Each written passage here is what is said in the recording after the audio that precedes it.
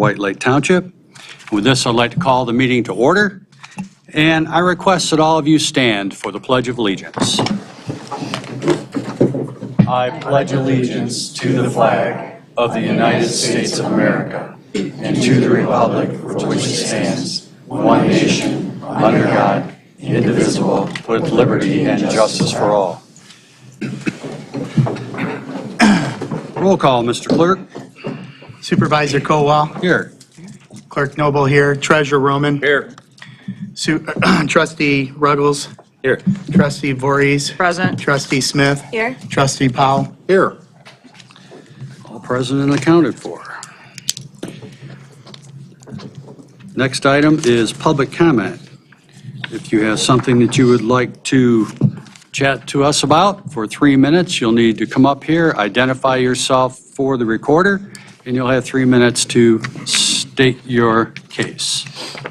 Mr. Supervisor, why don't you mention that if it's an agenda item, we'll give them an opportunity? Yeah, they will do so. That's kind of the drill. Normally, if there's an agenda item, you'll get your say at some point in time. Don't have to worry about COVID now, we got monkeypox, right? My name is William Thomas. I live at 8180 High Point Trail, and I'm the secretary for the Settlers Point Association. If I can approach, I've got some paperwork I'd like to give you. Thank you.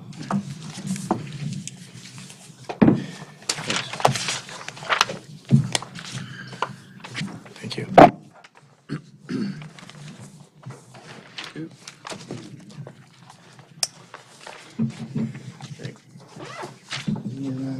Sure.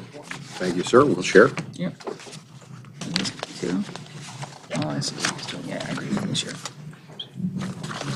A few years back, Settlers Point came to this board and asked for a special assessment, and we granted, and the city took over redoing our retention ponds. Johnson and Anderson was the engineering company, and TPS was the general contractor. It took them 2 years to complete a project that should have only taken a few months. And to this day, the ponds are not working correctly. There are pictures in the handout that I just gave you of pond number 1, pond number 2, and pond number 3. Pond number 1 and 2 were the ponds in question. Pond number 3 wasn't touched. It's 28 years old and pristine. And we were told that we had to put the ponds back as they were 28 years ago. TPS has failed. The engineering company has failed, and we want them to be held accountable. And since I only have 3 minutes to talk about it, I've given you the paperwork along with a letter from the neighbor who lives by pond number 2, so that you can read about it and think about it, and we would like you to get back to us, and hopefully we won't have to take this any further. Thank you. Thank you. Anyone else, public comment?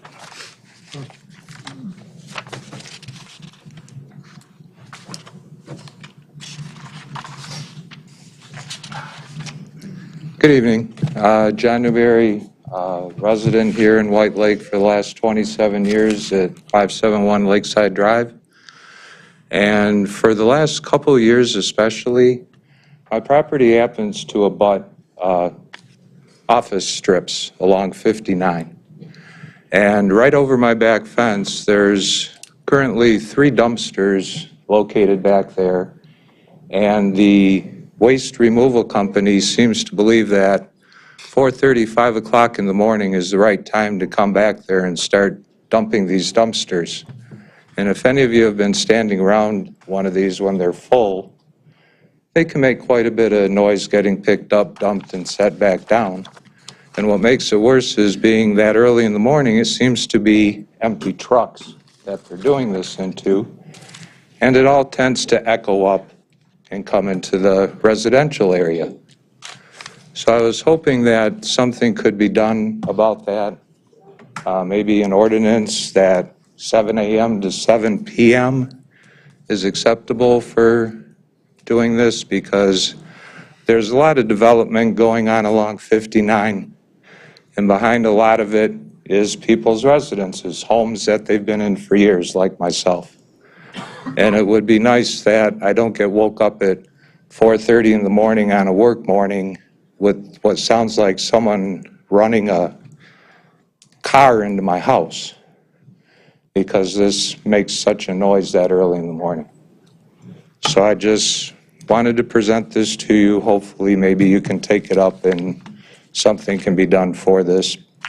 And I can sleep a little better in the morning sometimes.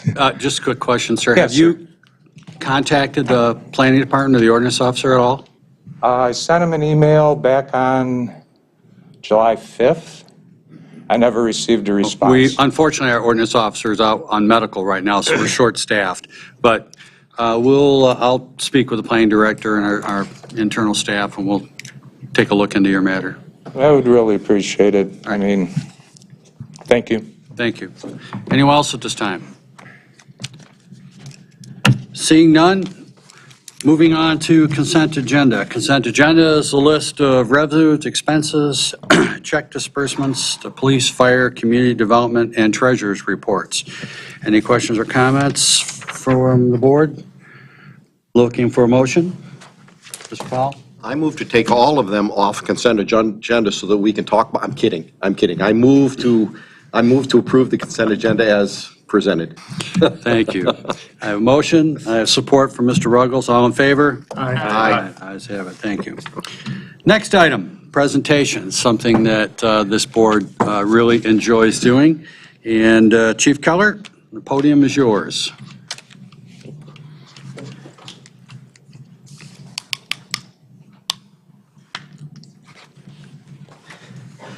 Thank you, Mr. Supervisor, Board, I appreciate it. Mr. Coxon, could you please come on up?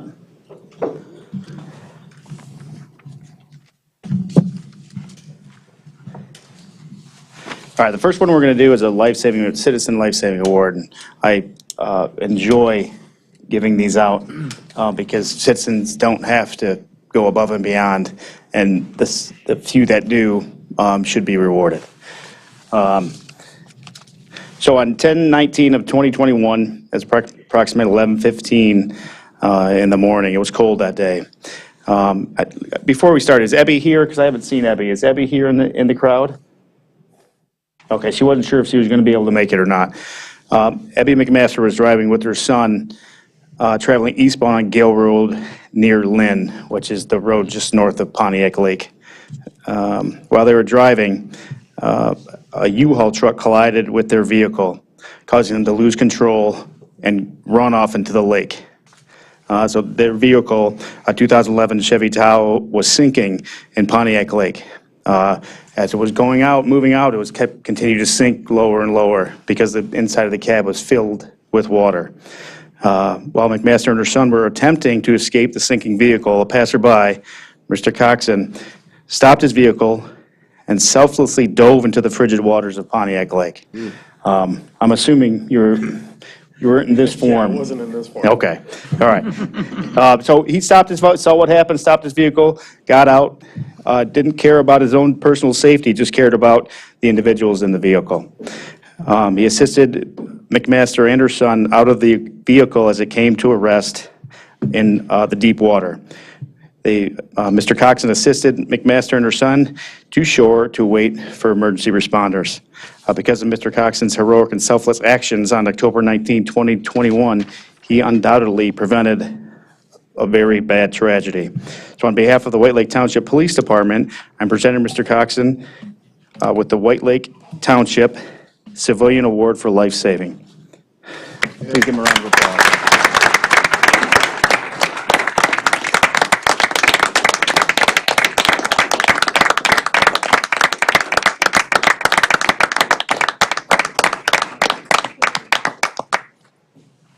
Congratulations. And thank you so much. Thank you. All right, so next we have an introduction. Natalie, why don't you come on up?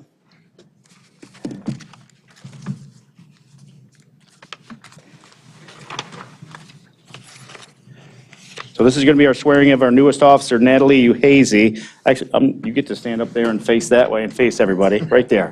There you go. Natalie Uhazy, she's our newest officer, and she came by way of Anthony Noble.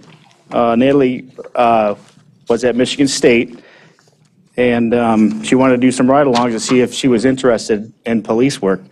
And she was only supposed to do a couple. A couple turned into a lot, several hundred hours worth, and we are lucky enough that she wanted to be a police officer here in White Lake. So a little bit about her. In attendance is her mother, Mary Ann. You got to stand up and wave. There you go. Mary Ann's here. Her father, Jack. There he is. Her stepdad, Steve, and her brother, Nick. Stand up, Nick. Don't be shy. There you go. All right, also, he has three other brothers, Henry, Alex, and Jack. Officer Uhazy is 21 years old and grew up in White Lake, which is also awesome because we like to have our own people become police officers here because they know the community. Officer Uhazy graduated from Notre Dame Prep in 2019, where she was a 2019 state champion for alpine ski racing. She is currently a senior at Michigan State University pursuing her bachelor's degree in criminal justice. And she is a member of the Alpha Phi Sigma Criminal Justice Honor Society. During her summer, she was a park ranger for the city of Sylvan Lake. Officer Uhazy completed numerous ride-alongs with White Lake, as I said, in the summer of 2021, which fostered her desire to become a police officer here in White Lake. Officer Uhazy graduated in June from the Oakland Police Academy. During her time there, she obtained the title of squad leader. So she was a leader among her peers. And today, pinning her badge on will be her mother, Mary Ann. Do you want to swear her in first? Mary Ann, you can come on up.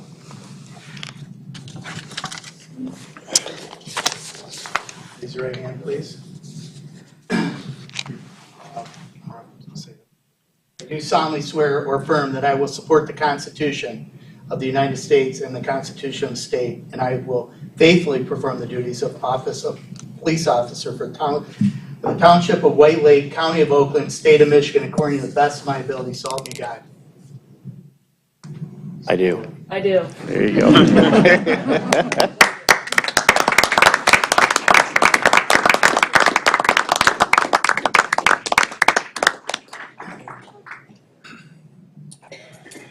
She has a vest on, so just stab away. There you go. Perfect. Very good. So as Chief Keller said, this hits home. Natalie called me up not this summer, but last, and she wanted to check out the police department and do a ride-along, turn into an internship, which if you knew her mother and dad, they're in sales and incredible people. I did everything I could to talk her out of it, because I did 26 years in law enforcement. Gave her all the time, but she still went forward, and we're lucky to have her. So I'm giving her, which came from my sergeant, who passed, my handcuffs, because I hope to never use them again.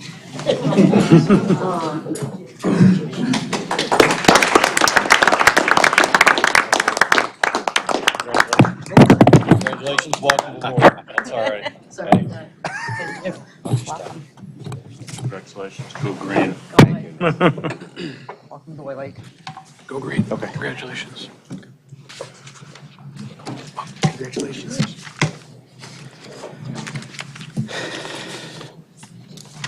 All right, another round for Officer Uhazy.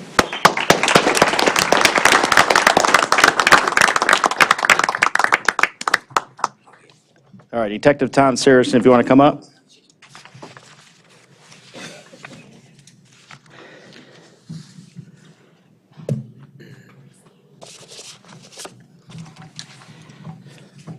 All right, so Tom is getting promoted to sergeant tonight. I'm here tonight with Tom is his wife, Rainey. You know you love the attention. Two daughters, Quinn and Reese. Come on, Reese, raise your hand. There you go. All right. Tom's mother, Kim. Oh, I know. Stepmother, Andrea. Sisters, Julia, Elena. Very good. Grandparents, Carol and Scott Laramie. Right there. All right.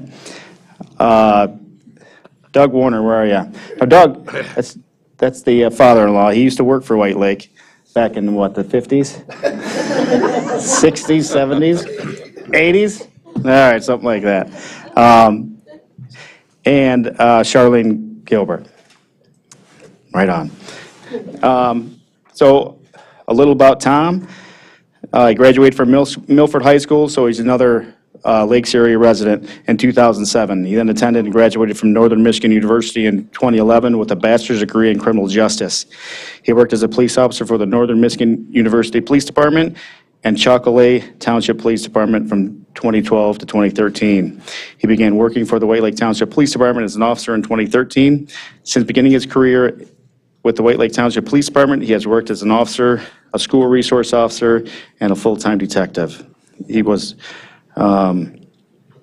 since working within the White Lake Township, Detective Saracen has been a member of the Oakland County Mobile Field Force, Crisis Intervention Team, Forensic Evidence Specialist, Union Vice President, Field Training Officer, Taser Instructor, Chemical Weapons Instructor, Defensive Tactic Instructor, De-Escalation Instructor, and a Mental Health Instructor.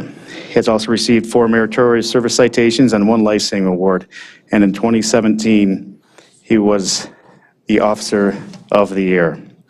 And his beautiful wife, Rainey, is going to be pinning the badge on. Anthony, it's all yours. Please raise your right hand. I do solemnly swear or affirm that I will support the Constitution of the United States and the Constitution of this state, and that I will faithfully perform the duties of the office of Sergeant for the Township of White Lake, County of Oakland, and State of Michigan according to the best of my ability. So help me God. I do. Congratulations.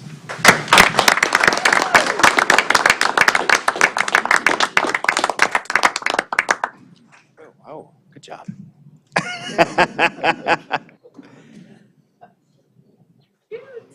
All right.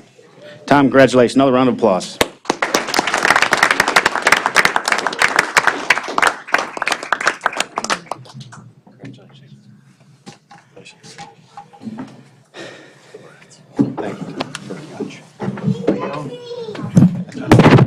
Oh, another one. He's doing it.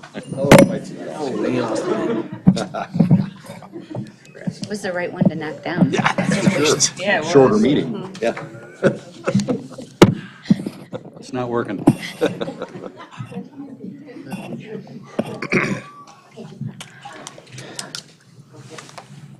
All right, Jeff Way. All right, Jeff Way is getting promoted from sergeant to lieutenant.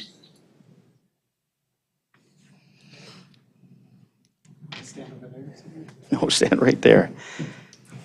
So some of Jeff Way's family is here. His mother, Connie. Stepfather, Rick. Turn around. His sister, Jennifer. Nephews, Evan and Brendan. All right, good job, buddy. His aunt, Jerry. Vice President is Sergeant Way's daughter, Lauren. All right, Sergeant Way has 2 children. Lauren was born in 2001, and Sergeant Way's son, Nicholas, was born in 2002. Both attended and graduated from Heartland High School. Lauren is currently a D2 soccer player at Northwood University in Midland. So that's very good. Sergeant Way began his career in law enforcement with the Imlay City Police Department in 1995. Sergeant Way worked with the Imlay City Police Department until 2003. While a member of the Imlay City Police Department, Sergeant Way developed their department's first field training officer program. While working with the Imlay City Police Department, Sergeant Way was awarded the MAD Award, which is the Drunk Driving Award, for Officer of the Year awards in 97, 98, 99, and 2000. While working as a full-time police officer, Sergeant Way completed his Bachelor's of Arts in Criminal Justice from the University of Michigan Flint, where he graduated with honors in 1999. Sergeant Way was hired by the White Lake Township Police Department as a lateral hire in 2003. During his time with the White Lake Township Police Department, Sergeant Way has served the department and community in various aspects. Sergeant Way served as the department's DARE officer from 2005 to 2008. As our DARE officer, Sergeant Way developed, organized, and facilitated the White Lake Township Police Department Youth Police Academy, which started in 2008 and is still going, which is actually going to be coming up next week. So I'm pretty excited about that. While maintaining his employment with the White Lake Township Police Department. Sergeant Way completed his master's in science degree in criminal justice from Michigan State University, graduating in 2012. From 2009 to 2017, Sergeant Way was assigned to the White Lake Township Police Department Investigative Bureau from 2015 to 2017. In 2019, Sergeant Way graduated from Northwestern University School of Staff and Command. In 2015, Sergeant Way was nominated and received the White Lake Township Police Department Officer of the Year Award. In 2017, Sergeant Way was promoted to sergeant in the Patrol Division. In that position, Sergeant Way has served as the department's field training program supervisor. He has developed and continues to facilitate the White Lake Community Emergency Response Team and the White Lake Mental Health Police Common Ground Referral Program and the White Lake Township Police Department Business Watch Program. Lauren is going to pin his badge on. Go ahead.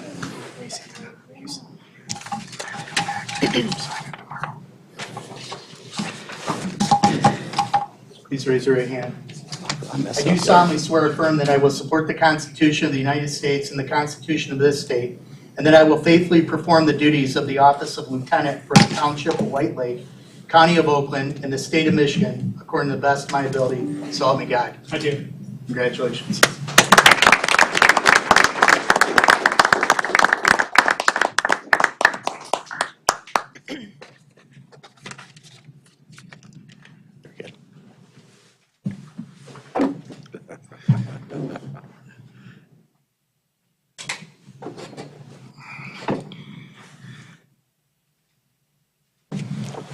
Congratulations, I'm so happy for you.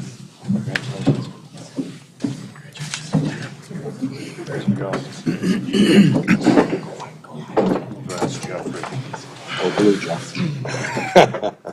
Way to go. Congratulations. Congratulations. No cords this time. Yeah. Yeah. That's it. Well, he's a lieutenant. They don't do that when they become lieutenant. Agility test. All right, that is all. Thank you very much.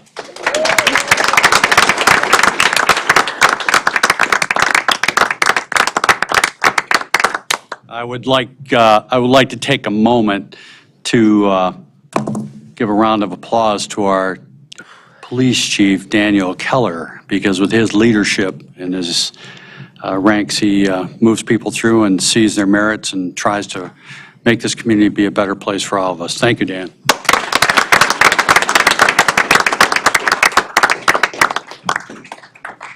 Okay, moving on to old business. Second reading of 1392 South Williams Lake Road rezoning. Mr. O'Neill. Thank you, sir.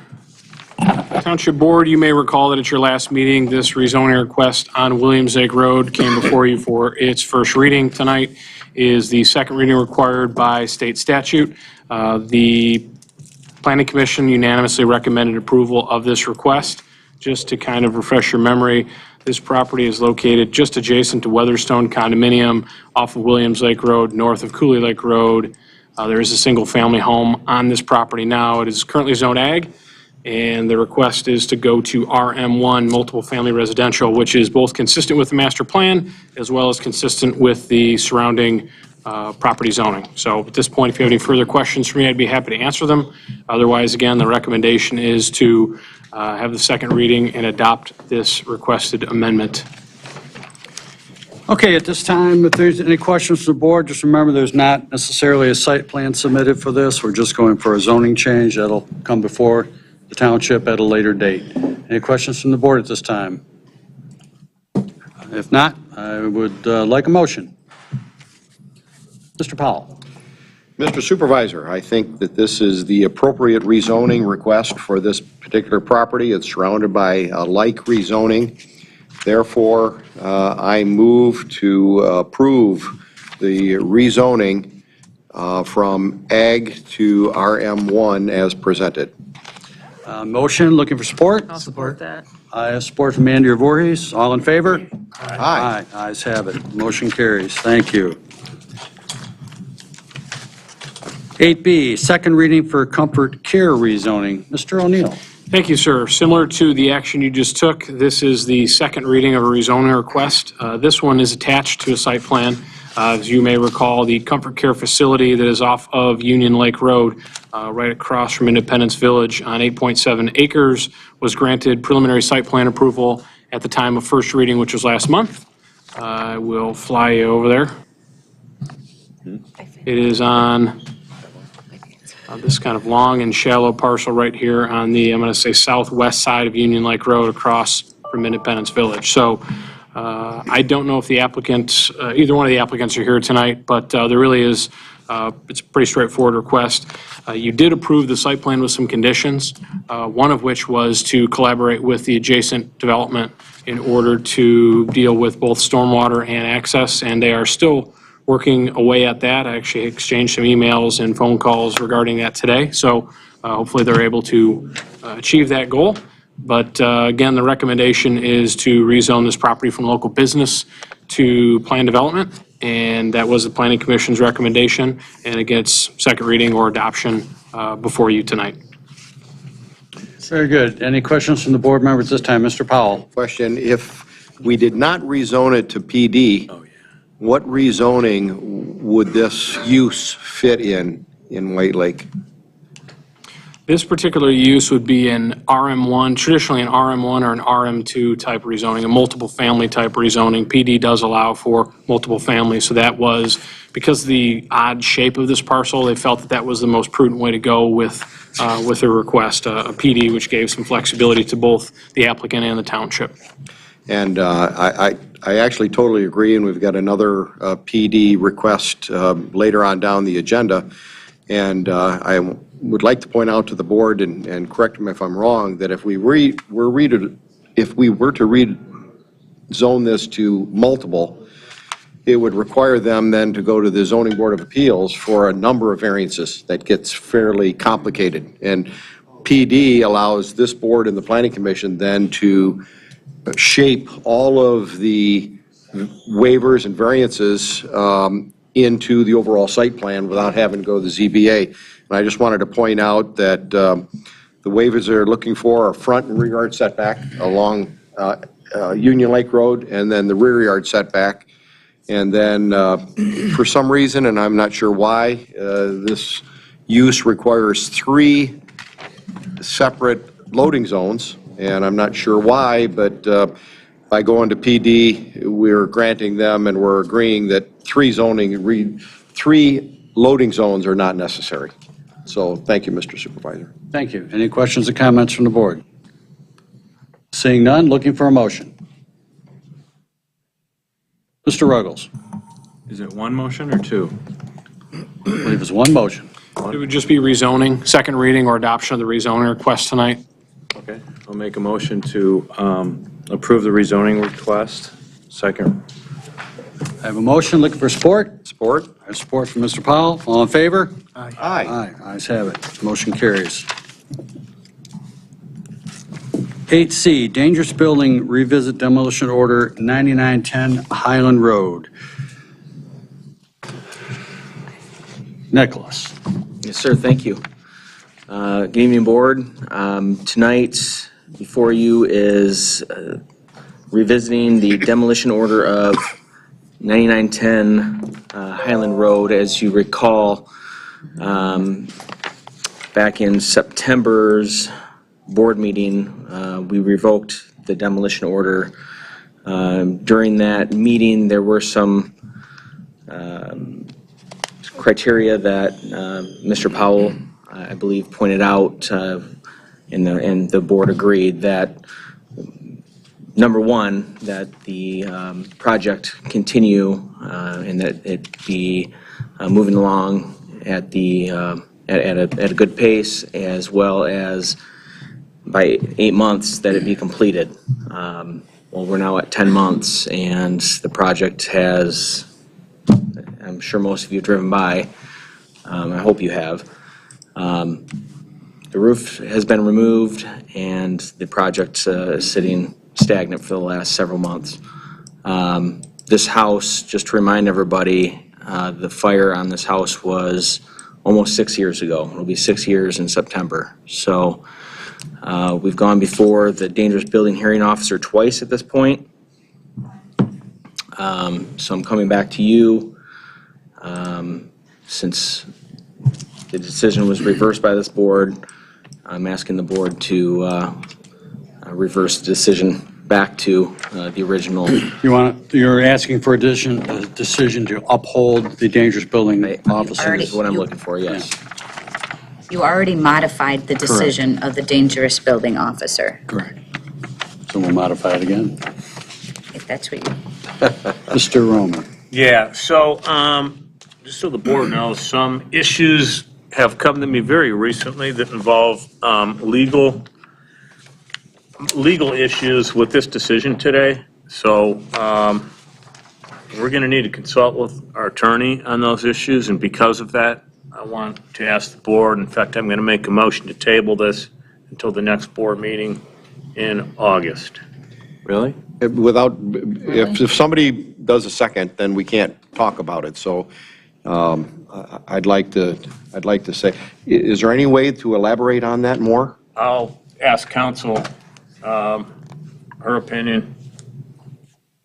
well, I have some concerns in that you already modified the decision of the dangerous building hearing officer when he concluded it was a dangerous building and must come down.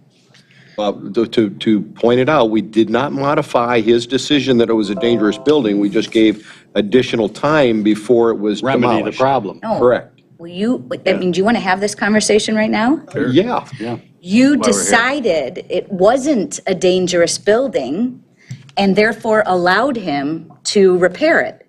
Because if it were a dangerous building, you would have ordered it demolished.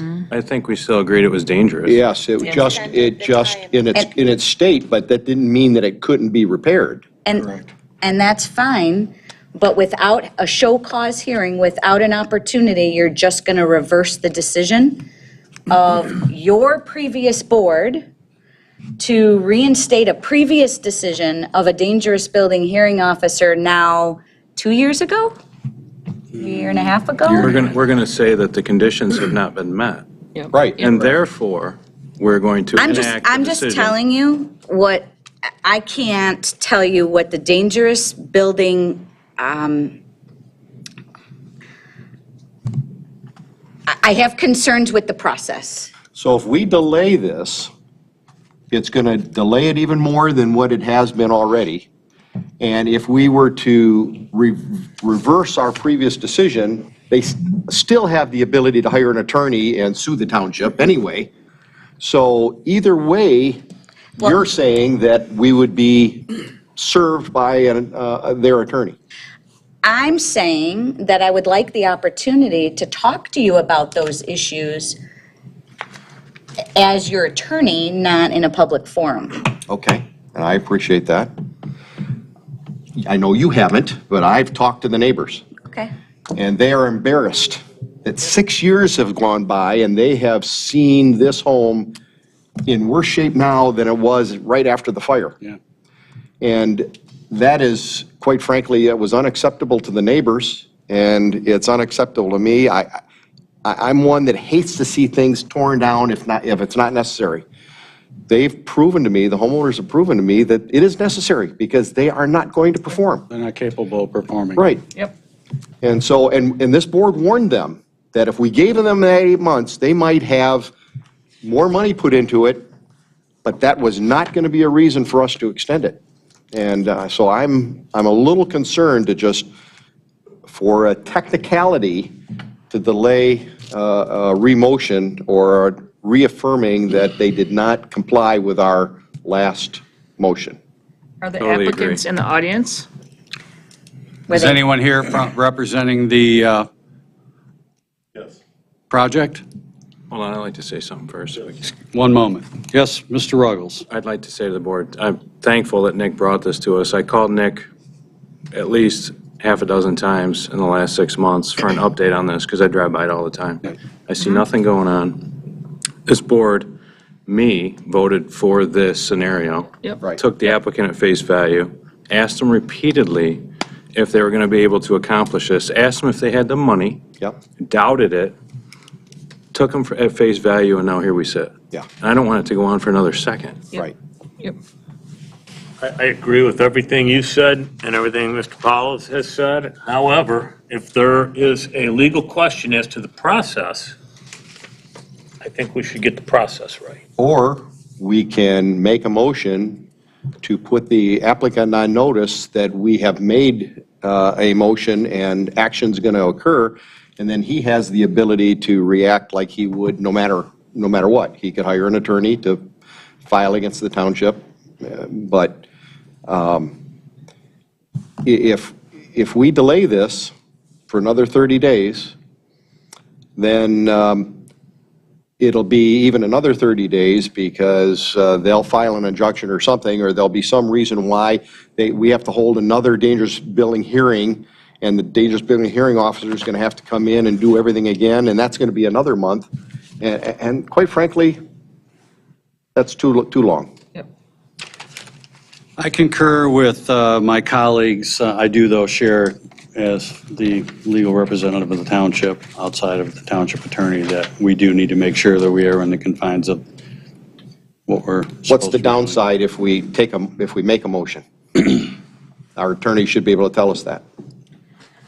I can't even tell you, I really have to analyze what we've done to get here, and I have to research. So I can't tell you. That's what I wanted time so that I could provide you with a legal opinion about your risks and liabilities so you can make that decision. Okay, not to be argumentative, but this has been on the table for 8 months now. Why wasn't that researched 2 months ago, knowing that this was going to be on the agenda? I knew it was going to be on the agenda? I'm saying, you're saying that you did the research on our motion, so you obviously knew that it was coming up. Today I pulled these minutes. And I understand. So this research should have been done before tonight. Okay. So I got the agenda, though. the neighbors are very discouraged. I'm sure they are. Yeah. So So- Lisa, I'm not trying to beat this dead horse here in any way or offend you, but this has been on our agenda for at least, our agenda is published a week ago. So did you not see our agenda, or what happened that there wasn't time to get like an attorney-client privilege to us? I did not receive all of the information from 9915 for the property, because as soon as I saw it on the agenda, Thursday, I contacted the building department. Sherry's on vacation. It took a day or two for me to get the packet. I think I got it Monday? Yesterday, I believe. Monday. And I have way too much on my plate right now to have been able to react, read the materials, do the research, write a legal opinion to provide it to everybody for today. So the I'm not criticizing you. I know, I'm just wondering what happened, because it's news to all of us, other than Mr. Roman, that there's an issue here that we need to speak Oh, with it's you on. news to me, too. News to me. Okay. Because we all came prepared to vote on this tonight. Right. Well, and you're welcome to do so.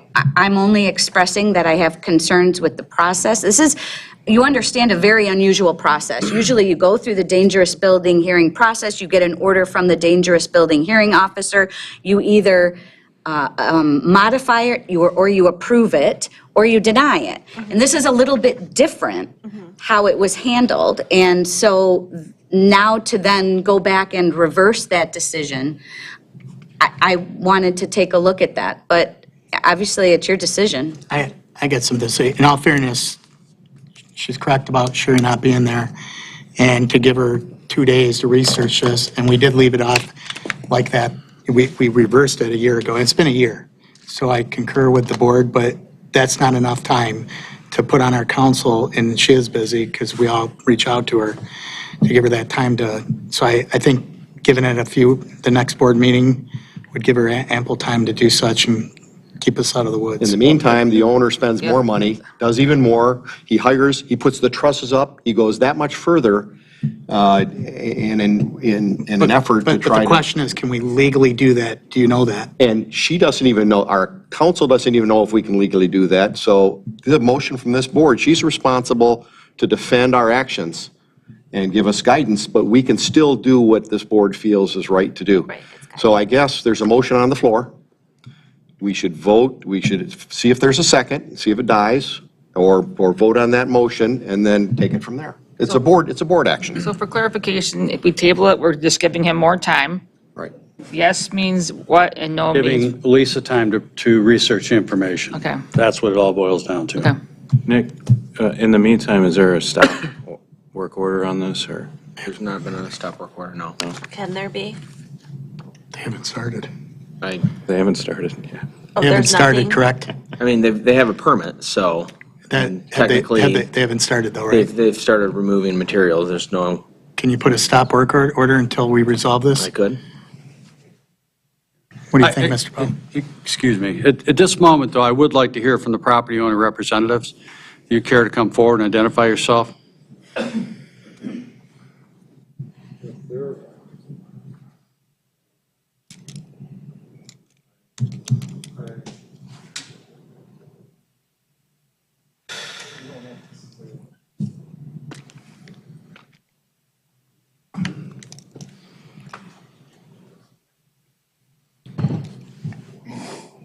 Yeah, this is a complex issue. I need you to state your name Oh, and Steve address Hutch, for the record, sir. 9910 Highland Road.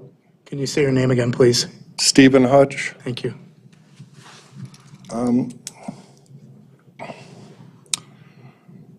It's been a lot of challenges.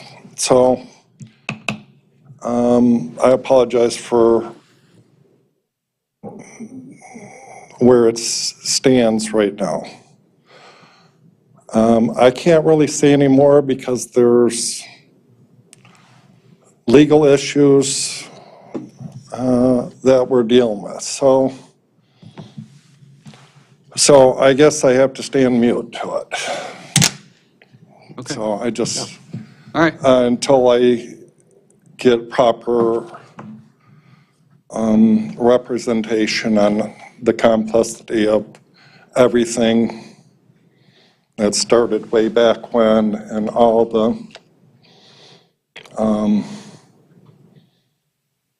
I can't really say illegal, but things that weren't done right on their part. So I just stand mute and I can't tell you no more. Okay. Thank you. Can I just ask a question as clarity of statement? He said their part. Who's there? So, Mr. Who is Hutch, there? who's- Yeah. You said on their part, and can you just clarify who that? The bank part, you know, on handling the claim and doing all the stops that they, well, I can't even say because I don't want to That's enough get, clarity. I just wanted to know who you were. I'm liable for what I say here today. So that's why I got to stay on mute. okay. Thank you. So my motion was to table until next meeting. A yes vote would give our attorney some time to research it and then get back with, with the board and process. I will support your motion. There's no discussion on a tabling motion, so Can this be added to Thursday? We think will that gives- determine when it can be added. Okay. I don't know that our When attorney council has said enough time next to meeting. research. Next meeting, Regular was the meeting, motion. as okay. long as council's prepared. So we have motion. No, next meeting, meaning the August regular board meeting. Correct. yeah, Okay. that's what I, We have motion, we have support. All in favor? no, roll call vote, please. Roll call vote. Call vote. Trustee Smith, No. trustee Ruggles, No. clerk Noble, yes. Supervisor Kowal, Yes. treasurer Roman, Yes. trustee Powell, No. trustee Voorhees. No. Okay, that motion fails. So, So the neighbors that I talked to tonight or today think that this board's a laughingstock because they've been living next to a burnout for 6 years and we haven't been able to do our job. And I promised him that I would do my share, my part in supporting the wishes of the residents to finally have that home be torn down. So that's why I spoke so boldly on this.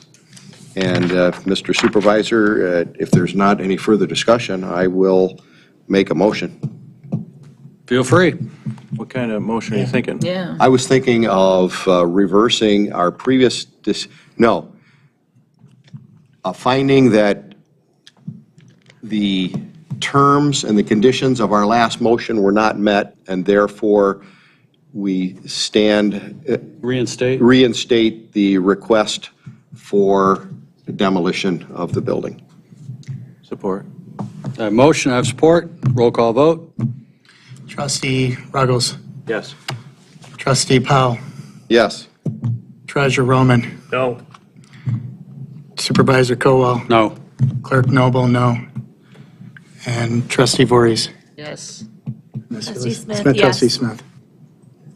Thank you, Mr. Supervisor. Okay, all right, thank you. I'll be in touch with you, Nick, and we'll have a discussion. Okay, new business. Chief.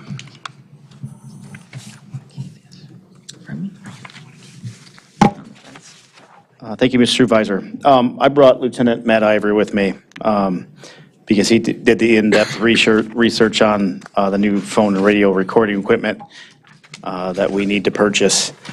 This is one of those things, again, trying to put it off, and hopefully we get to the new building so we can implement a new recording system there. But unfortunately, it's come to an end. So I'm going to let Lieutenant Ivory take it from here. Thank you, Chief. I think everyone has in their packets the proposal that was put together as far as this recording software. So just real brief what this is. Every phone call that comes into this township's 911 center, whether it be a 911 call or an administrative phone call, and every single radio transmission, be it police or fire, is recorded. It's memorialized for a myriad of reasons.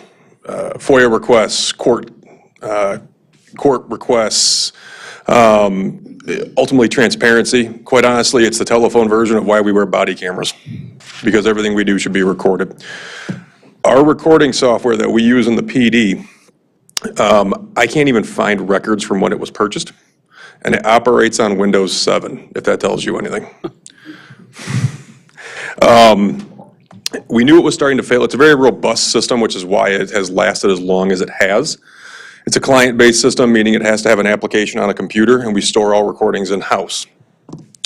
It's antiquated, outdated technology that is now showing signs of failure, so much so that we had to implement a policy to manually check the system every single week, because we had an issue back about a year ago, 6 months, somewhere around there, that we did not record any data for 2 weeks and we didn't know it.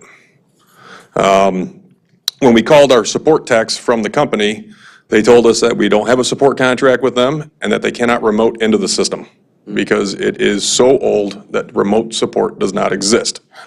They would have had to have dispatched a tech from Ohio to come up and look at it. We didn't have that kind of time. We used an internal vendor that we use for our phone systems. He was able to hack the system and get it operational for us. That is a Band-Aid that we do not have again.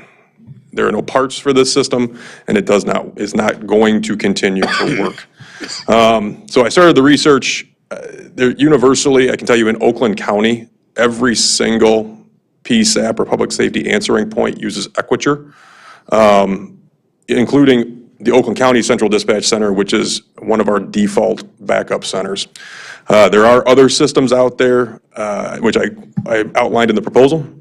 The NICE system, which is not used anywhere around here, as well as the Eventide system, which is used in the more northern areas of the lower part of Michigan. It's imperative that we are able to record this information. And without this new software, we're going to lose that eventually. Unfortunately, if we were to lose it today, our lead time on getting this new equipment is between 4 to 6 weeks. So if it goes down today, we are 4 to 6 weeks of not being able to record. Our vendor, luckily, Paul Frezza, lives in Clarkston. He's from the area. He's saying that if this goes through, he's willing to work with us. He's actually already reached out to some of his people saying, we don't have an approval yet, but can we kind of put this on the table to potentially get these people what they need. And I think that he can do that for us, which will significantly shorten that time. But we all know the supply chain issues going on right now. So that's kind of where it's at, and we would be requesting the funding to put the system in place. Unfortunately, as the technology changes and you struggle to keep up, and this is just a classic case. So we're requesting, and part of this is the fire department's going to share some of the costs of this program. I think about approximately $4,000 of the equipment of the proposal will go from the fire department. So I am requesting the amount of $42,530.85 for the Equiture system, which will be taken out of drug forfeiture. Okay, what was the total, Chief? $42,530.85. And again, the fire department will take $3,465 of that. So initially, drug dealers are paying for this. Something like that, yes. Okay. So fully functional. in Any 4 questions from the board? Fully functional in 4 to 6 weeks if we approve it tonight. Yes. And how long will this last? You said it was Microsoft 7? What's it going to, do you know? It's all cloud-based. It's all the Azure, Microsoft Azure cloud-based system. Yep. So anything that happens on maintenance-wise is their problem to take care of. Part of this cost is the annual maintenance agreement. Yep. So, and with it being a cloud-based system, there is equipment in-house, but probably 90% of it is all servers on their end. If there's a problem, somebody sitting at their kitchen table remotes in and fixes it. If they can't, they send out texts somewhere from this area, not down in Ohio. And then the longevity on this, how long approximately? So the maintenance contract covers 5 years, but it's anything cloud-based. Yeah, I agree. It's going to be updated. With the in-house system, Windows 7 doesn't even have updates anymore. So with it now, we're in Windows 11, Windows 12. It's all the updates are all pushed, so the maintenance kind of handles itself.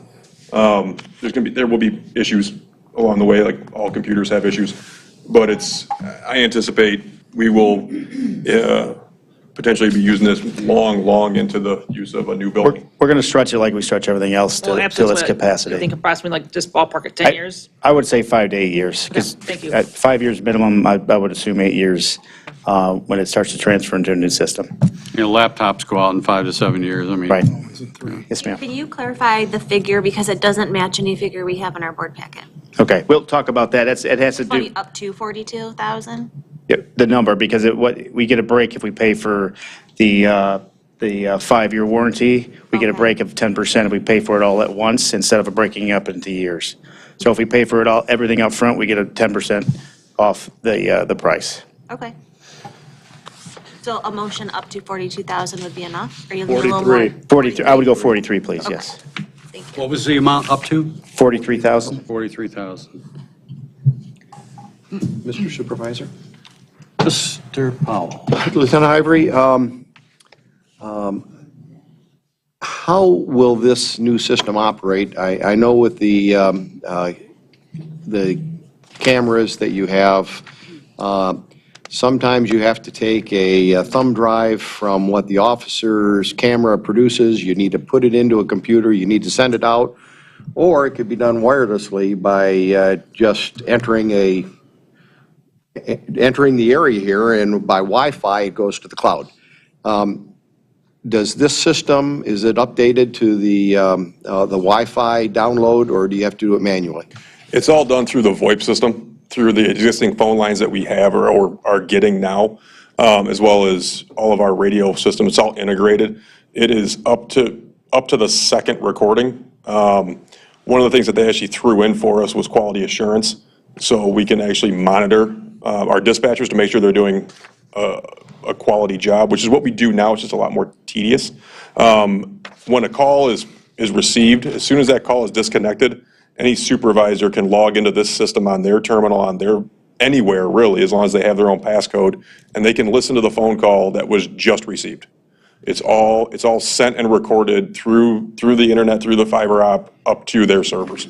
Okay, but so the officer doesn't have to do anything manually in order for his camera and his car cams would automatically download to the software. They don't have to do anything manually. So the camera system is completely separate from this. This is all telephone and radio traffic. The camera is separate, like when they drive into the parking lot, it uploads. So they already, okay, that's what I wondered. If it Yes, that's already in automatically place. We've had that in place for a Thank few you, I years. didn't know that. Okay. Yes, sir. This is basically when people call for a call on 911. Okay, thank you. And radio calls. Anything else from the board? Seeing none, looking for a motion? Make a motion.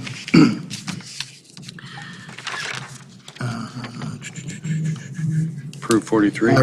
On item A, request to purchase new phone recording system for police and the police department up to $43,000. Support. I have motion, I have support. Can you name that? Equiture? Equiture. Equiture, As presented. as presented. Yeah. 43,000. I have motion, I have support. All in favor? Aye. Aye. Let's have it. Thank you very Thank much, I you. appreciate it. Thank you. Mr. O'Neill, back Thank to you, you. Chief. Consideration of preliminary site plan approval for Avalon. Yes, sir. The next two items on the agenda both pertain to this same project known as Avalon at at Hill Road and M59, northwest corner. This is a project that is comprised of two parcels that total approximately 110 acres in size. The request before you tonight is for rezoning and there are a few here. One parcel is zoned both ag and PB. That is on the west side of Hill Road. And the property on the east side of Hill Road is currently zoned R1A. And both, the applicant's requesting that both of these projects be rezoned to PD. And that is one site plan that will pull both of these properties into one project for request for approval. So on April 21st, the Planning Commission recommended approval of the rezoning request.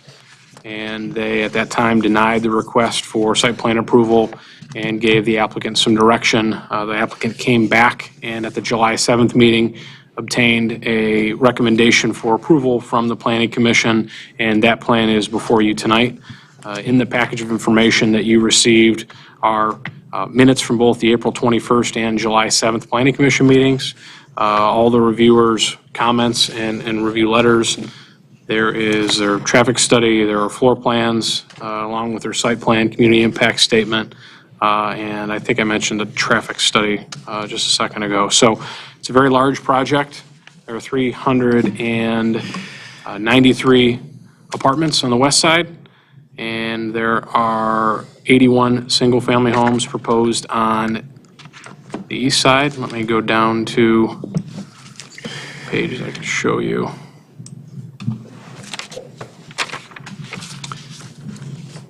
Computer needs a second to catch up. And I need to zoom out.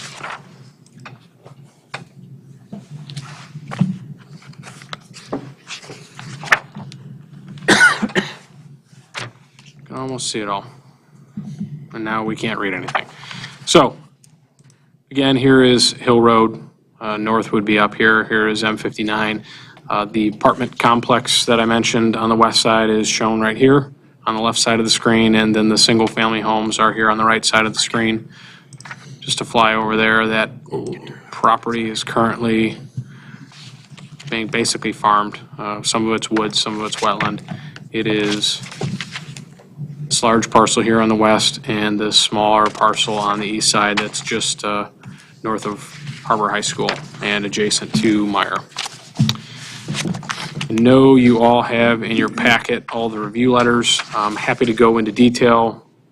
Mike is happy to go into any engineering detail you might have. The applicants are here prepared with the presentation tonight.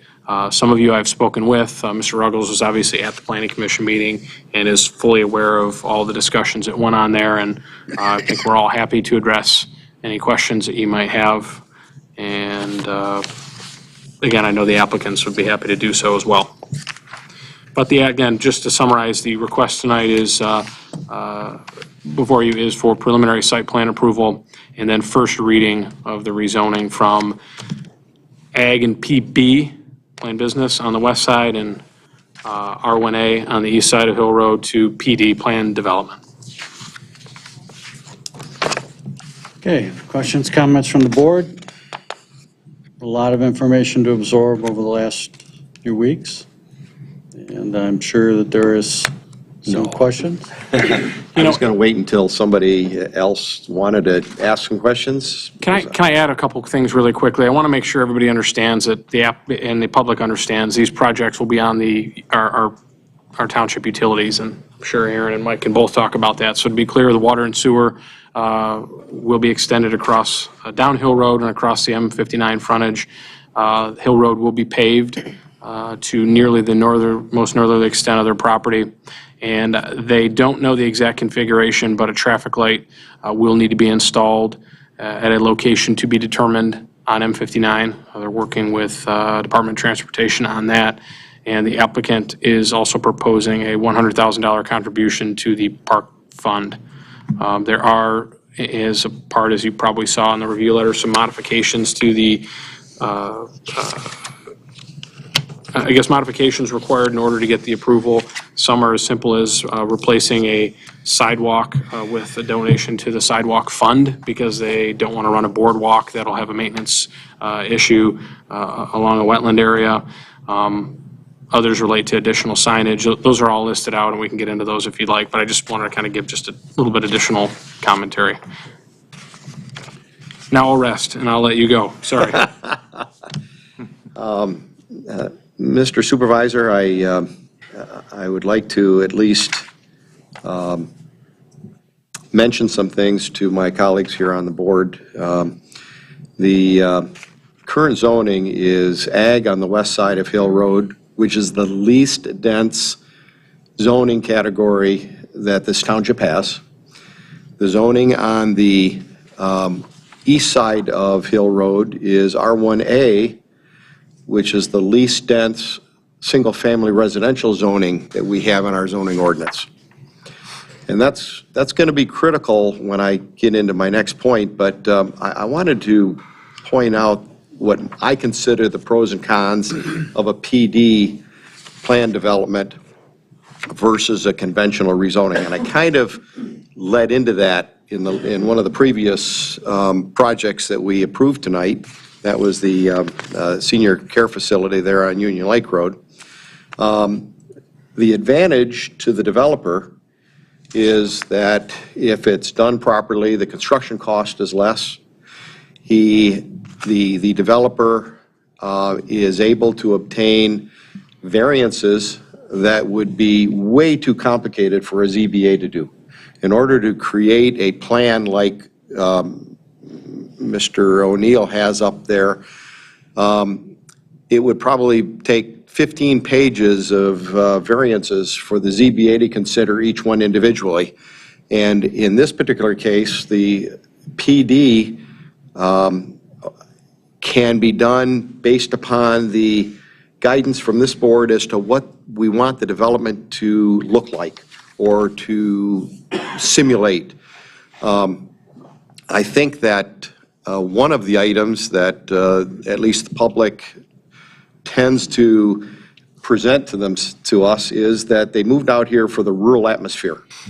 And we're slowly losing that rural atmosphere. And so the PD or cluster option is a way that we might be able to preserve, at least the intent, and the master plan and the zoning ordinance actually states this, to preserve the natural environment, the wetlands, the trees, the vegetation, the extreme hills, in order to preserve that and maybe set the development back from rights of ways to where when people drive down a road, they don't see Livonia. Mm-hmm. Okay? So, I'm sorry, Livonia, but so I'm a major fan of cluster options and open space plans. I think that they are a win-win. The problem is most developers think of it only as one-sided. They want to win with extra density because they see every unit extra dollars in their pocket. And so rarely do they see a win for the township unless they're forced into it. And so because this developer that's before us tonight, I can't say enough good about them. They are very, very astute. They're very, very good. When they represent something, you know you can take it to the bank and they're going to do it the way they promise. However, they are a developer and they're in this to make money. They're not doing this to better White Lake Township. Otherwise, they'd be gone. And we're dealing with another entity that we've learned that from. So it's up to us to make sure that White Lake Township is represented properly and not just the developer. So the ordinance is set up to require the developer, if they want a PD or open space or cluster option development, they must submit a parallel plan, and it's outlined in our zoning ordinance, and they have submitted a parallel plan. But that parallel plan must be able to be built meeting all the requirements of the zoning ordinance. I submit to the applicant and to this board that the parallel plan that was submitted on both sides of this road, both the single family and the multiple, cannot be built as presented. And this township, I for one would vote against approving that. If they were to submit that to us for, that's it right there. If they were to submit that to us for approval, not only would I vote no, but it doesn't meet the requirements of the ordinance, so we really can't approve it without variances being obtained. They did that strictly based upon mathematics, and you can see, I hate to pick on an engineer because I'm an engineer. They laid that out very systematically to get as many buildings, as many units, as many lots as they possibly could, and say, listen, this parallel plan says we can get 600 units. But you know what? We're good people, so we're only going to ask for 400 instead of 600. So you should accept what we've submitted. But in reality, that plan does not meet the zoning ordinance requirements, and I can go through the specifics, but I am very concerned that that I represent properly that misrepresents the number of units that they can have built on those properties, those two properties. Not only did they do it mathematically, but they filled in all the wetlands on both sites, and I submit that the township would not allow them to fill in all the wetlands, and they must get site plan approval for the township first. Then they have to go to the Eagle for approval to fill every wetland on the site, including the regulated wetlands, and I don't believe in my experience that they would receive a permit to do that. So that plan was submitted to us for the developer's benefit to be able to represent that their plan represents a legitimate submittal, and I disagree with that. So it also requires that the basic underlying theme or the basic underlying density of that plan be based on something. So what they did is they took a parcel of property that's zoned agricultural, again, the least dense zoning category that we have in the township, and they assumed that this board would give them RM2, the most dense density that our ordinance allows. And on the other side, it's currently zoned R1, A1. Did I say that right? R1A. R1A, I was close. R1A, and then they assumed that this board would give them the most dense zoning that they could possibly get, which is R1D. So R1A is 1 acre, R1D is quarter acre size, and you can see if they assume that, this is the plan that they get. So not only do we have to give the developer, who has a right to develop his property, guidance on whether or not we accept this, But then we really need to give them guidance on what the underlying zoning that they need to design to for this parallel plan that would mimic and parallel the plan density that they're proposing on the PD plan. So we need to discuss that just a little bit to see, would we want them to design with something a little less dense than the most dense zoning category that we have in the township. The last little bit is we can remember that the plan is going to be based upon what we think is a good plan. My personal opinion is that if there were 5 homes in the center of one of those areas, or 100 homes in the center of one of those areas, but the setbacks are such all the way around to where they could be bermed and landscaped, people would drive up and down Hill Road across M59 and say, by golly, this is still a rural area.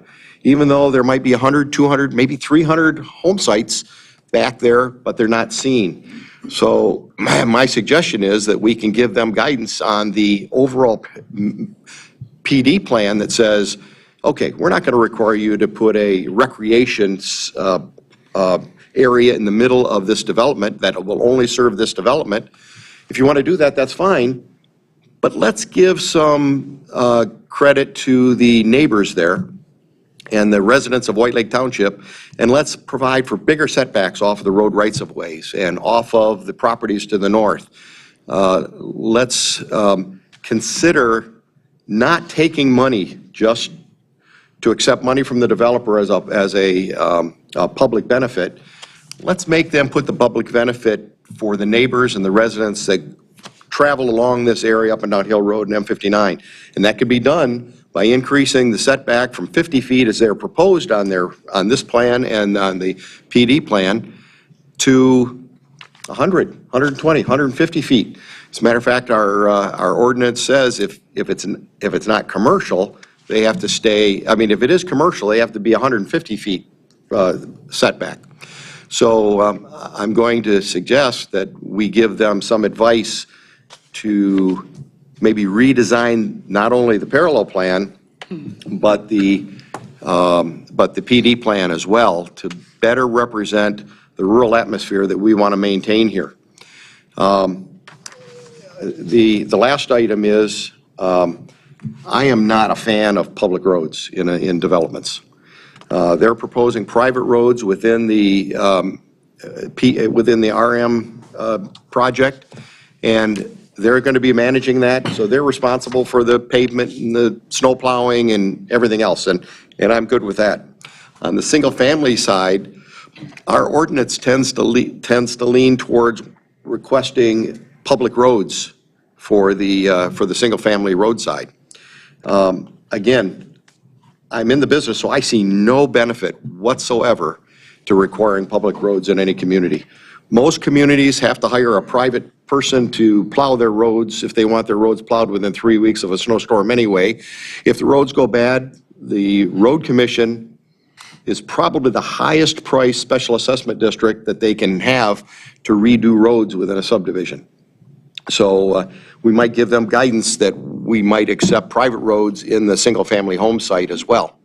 So I've talked a lot, and I know, hopefully I didn't confuse you even more, but obviously you can tell I feel fairly strongly that the right way to go in this case is to approve the first reading of the rezoning request, because I'm a major fan of that rezoning.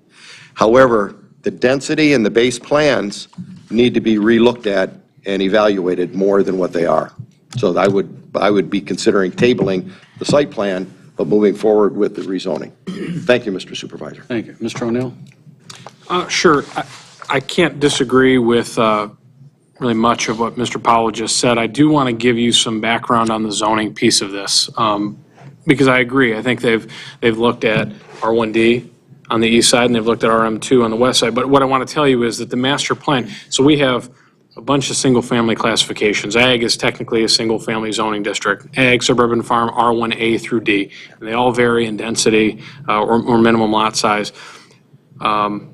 there's really one master plan classification on the east and west side. They're very different. Planned neighborhood is on the east side. That gives you a range or prescribes a range per the master plan of 2 to 8 units an acre. So using R1D is not inappropriate.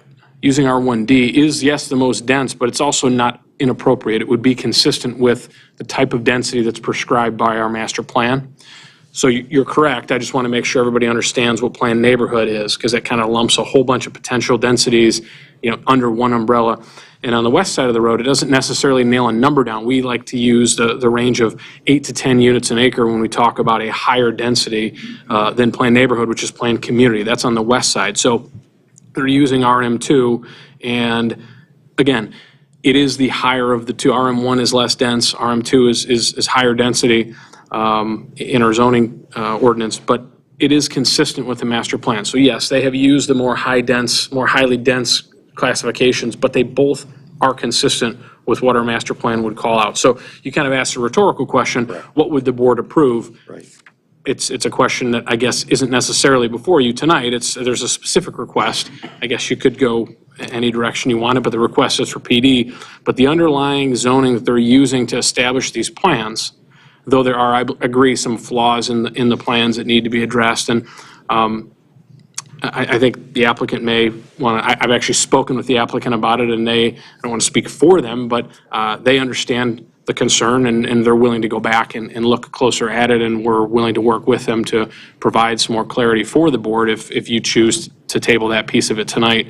But I just want you to understand that everything Mike said is accurate, but our letter still addresses it correctly as it is appropriate and consistent with what the master plan calls for. And I hope that is clear. I hope I didn't convolute any of that. If I have, please ask me for clarification. But I just want you to understand that. Very good. Any other comments from the board? Mr. Royals? Yeah, so seen this twice now at the Planning Commission. July 7th, we voted to recommend approval of the site plan.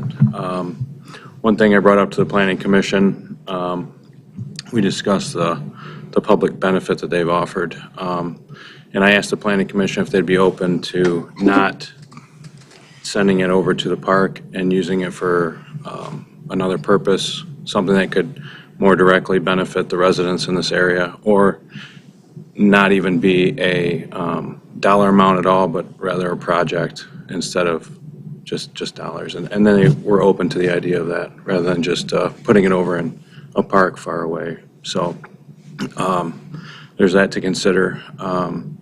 At the first Planning Commission, it wasn't approved, and I spoke on a couple issues at the time that I had with the plan, and the applicant has addressed some of those. They met with the residents a number of times, addressed their concerns. As you can see, there's far less residents here in opposition to the plan tonight. At our first Planning Commission meeting, there was probably somewhere around 20 people that spoke, and a couple in favor of it as well.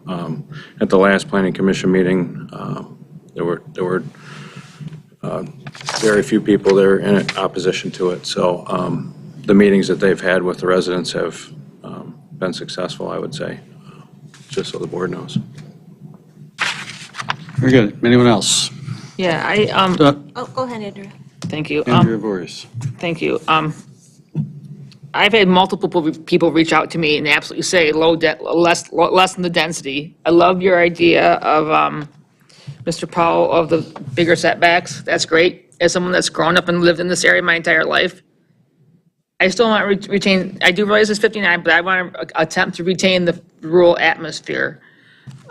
Seriously, I've heard that name, the word density, so much in the last month, it's crazy. So I'm all about tabling absolutely also, improving the rezoning, but having them come back to the drawing board and give us kind of more what we would like, that more of that rural feeling in rural White Lake. Thank you. Very good. Trustee Smith. Thank you, Mr. Supervisor. So I too concur with Trustee Powell. And I like the ideas of the setback as well. I think that will be more palatable to our community and fit in better, to have it setbacked and bermed. I would prefer the RM1 zoning instead of giving them to. I understand your explanation and explanation, Sean, but I would prefer the less density. I as well has been contacted by a lot of residents on this project. If it was presented tonight in this form, I'd be a very hard no. But I am in favor of tabling it, working on it, making the changes that Mr. Powell spoke of tonight and bringing it back to the board. One thing that is a little off topic, but I need to address it because it irked me so much. I have been following this project through the Planning Commission, and I've sat in the back a couple times in the Planning Commission. And there was some comments made by a commissioner that this project, that the board was in this project for the tax revenue. That commissioner and that board does not speak for me, and I want to clarify that. This is not a project that I'm interested in looking at for tax revenue in any way, shape, or form. I'm here to serve the residents, and that's what I'm looking at this project for, is only what's best for White Lake Township and our residents. That comment irked me so much, and quite frankly, I don't want to hear it again from the Planning Commission. So this needs some work, so I would like to table it as well. And I would be in favor of some more open spaces in this project. And I too would be in favor of thinking through the public benefit more. Thank you. Thank you. Anyone else at this time?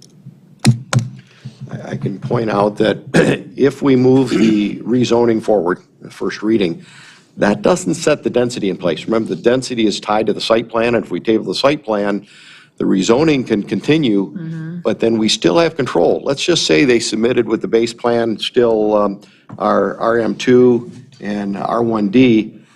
If that plan comes back and we still say, man, I'm sorry, that's still too dense, then we can go back and say, no, you're gonna take another stab at it. And so I think we're safe if we table the site plan tonight, but move forward with the rezoning. Rezoning to PD, To PD. both sites. Well, yes, it's PD to both sites, right? Not cluster option on the one? That's correct. Yeah, PD. So east site PD, west site PD. And that avoids all of those other issues. Does. Avoids Well, going it to does allow township some tools in the box Right. too. And Mr. Powell is absolutely correct. And anything else, Mr. Roman? No? Well, this is a very ambitious project for White Lake Township. And there are other things that, some of us have thought about in the past. We weren't sure what was actually going to happen there. We knew it wasn't going to remain a cornfield forever. And being on the M59 corridor, these are optimum pieces of property. I have to agree with Mr. Powell. I do believe the RM2 and the R1B in a PD. R1D. Yeah, R1D, excuse me. R1D are appropriate. I am a fan of the larger setbacks. Our rural integrity here is a constant tightrope walk. And we are always trying to make sure that the residents know that we're trying to do our best to look out for their interest and the impact it's going to have on the community. The addition of a light will actually be welcome in that area. That will be helpful down there. Traffic from Myers and all the other things in general sometimes can get kind of crazy. So it's welcome. The paving of Hill Road North is going to be a big improvement to all the residents on Hill Road. It seems that last section there just beats the bejeebers out of your car all the time. I've been down there a number of times. So that'll be a welcome. But I think consideration should be given to moving the zoning changing forward and tabling the site plan for further consideration. Mr. O'Neill work on it administratively.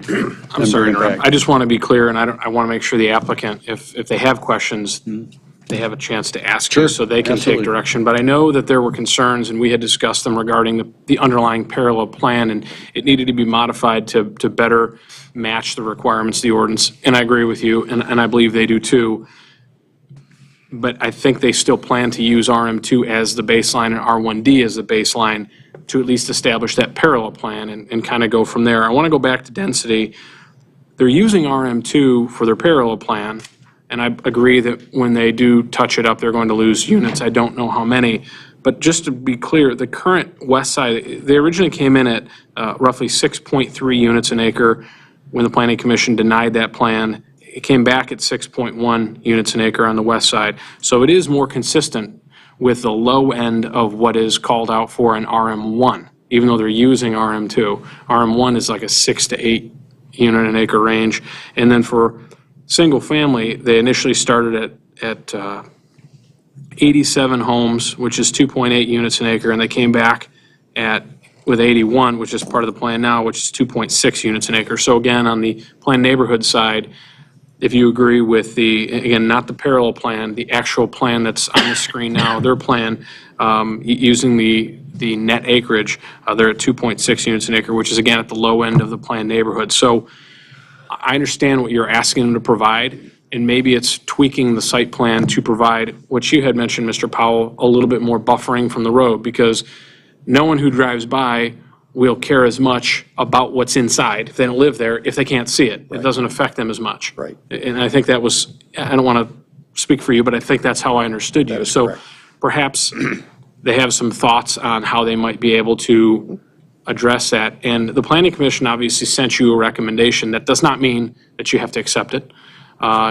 You can accept it, you can deny it, you can modify it. So perhaps when they come back with the new parallel plan, they may have some ideas on how to better address some of the concerns you had tonight. Right.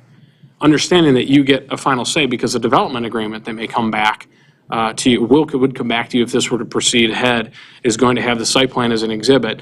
And you don't have to accept that development agreement and all the terms and conditions attached to it if you don't like kind of what it contains. And I don't think they want to fight with you on that. I think they want to try to make everybody as happy as they can. Again, I'm speaking for a lot of people here, and if you would entertain the applicant, it might be. I was going to ask the applicant if they'd like to come forward and kind of And afterwards, the public, Mr. Supervisor. give us a little bit of an outline of what your thought process is.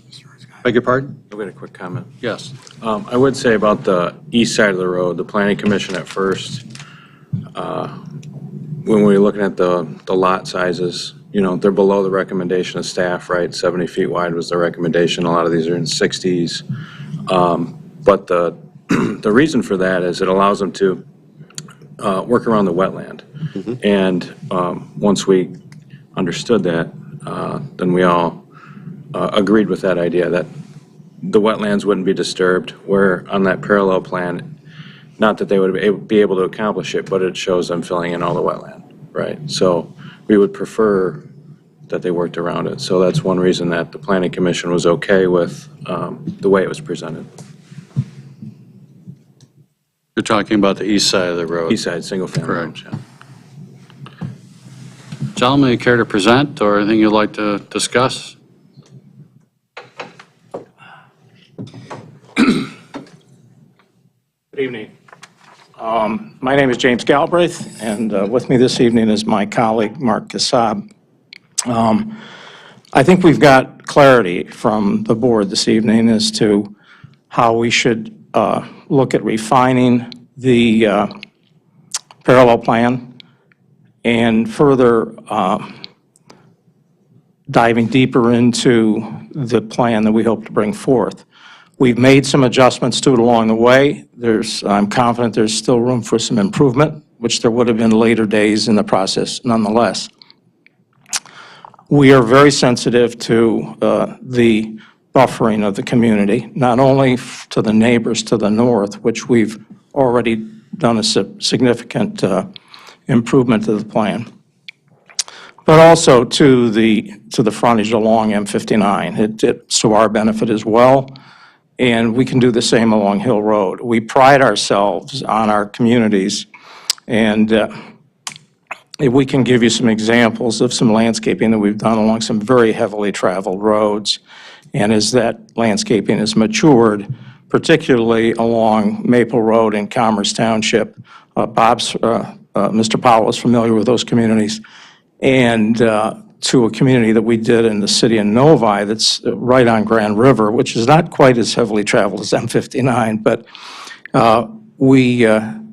we go to extremes on landscaping and buffering, and I know we can incorporate that in a final plan here.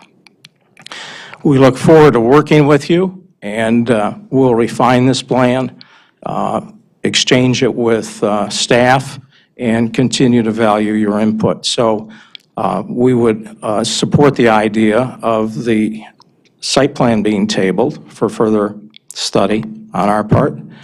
And if we could advance the zoning along from the first reading to the second reading, that would be appreciated in the process. I'd be happy to answer any questions if staff or the board has any. Thank you. Any questions at this time from staff? Not at this time. Okay. Well, we certainly appreciate you looking at White Lake as an opportunity for your business as well as our growth of our community. Yeah, we've had a long history with this parcel. We've owned it about 16 or 18 years. I think for those that were around at that time, I think several people recognize that we first acquired this property with the thought of doing retail on the frontage. We had high hopes of another box store or a village or something of that sort. We've done box retail, we've done Targets, we've done Costco's, we've done the like. I know Andrea was around in those days, and others were too. Sadly, Target didn't come to the market, Costco didn't come to the market, and to a man, almost every retailer we talked to after we acquired it wanted to be east of Myers, closer between here and your adjoining neighbor, Waterford. And we've seen retailing change dramatically with e-commerce and so forth. And we considered the possibility of holding out a small corner of this parcel for retail, but when we see some of the struggles that some landlords are having along this corridor with that space, we thought we would be better served, the township would be better served if we built a first-class residential community. Thank you. Very good. Thank you very much.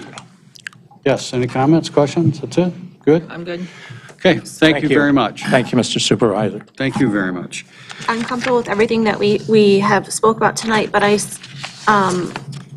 I'm still interested in the RM1 zoning, and they are at it now anyways. So if you could incorporate that in your motion, perhaps. You mean for the parallel? The reason why RM1 For the will west put- side. reason why RM1 will put a little bit more burden on them is for the parallel plan, the setbacks are larger between buildings, and so the overall density is not able to be obtained on the parallel plan. But if that's, I have no problem making that motion because it falls in line with a little bit more, I think, with the White Lake Township area. So I don't have any problem with that. I do have, I would like to know if there's any general public here that would like to speak as At well. this time, is there anybody from the public that would like to speak on this matter? Okay, thank you. Okay, thank you. Okay, that being said, pardon? Sean, are you comfortable with that for the parallel plan on the west side? So, One second. I don't know. I don't know because it kind of puts them in a box, because the master plan, again, is more broad than the zoning ordinance. The zoning ordinance is very specific. While I am comfortable with him moving ahead using RM2 to establish sort of a baseline density, in looking at and going over with Mr. Powell as well, the plan that they submitted, I definitely think that the RM2 plan that showed 600 units is going to drop significantly. I think that number will be in the 400s, not in the won't be 600. I'm just shooting from the hip right now, but I think even the RM2 plan that comes back is maybe going to be around, I'm going to just say around 450.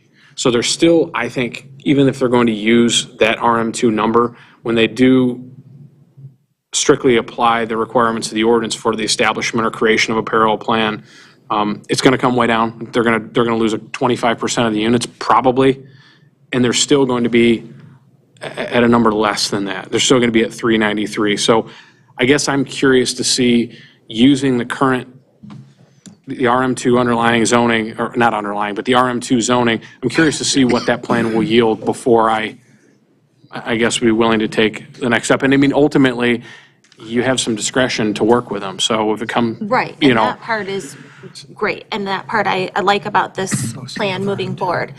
I'm cautious because not with this developer, but with another developer that we've dealt with, we thought we were all on the same page, and we didn't put those conditions in, and they did something different, so I would like to be a little bit more conservative, approaching it a little bit more cautious, to get closer to what we actually are hoping for, instead of give them a long leash to run with and they take the whole thing.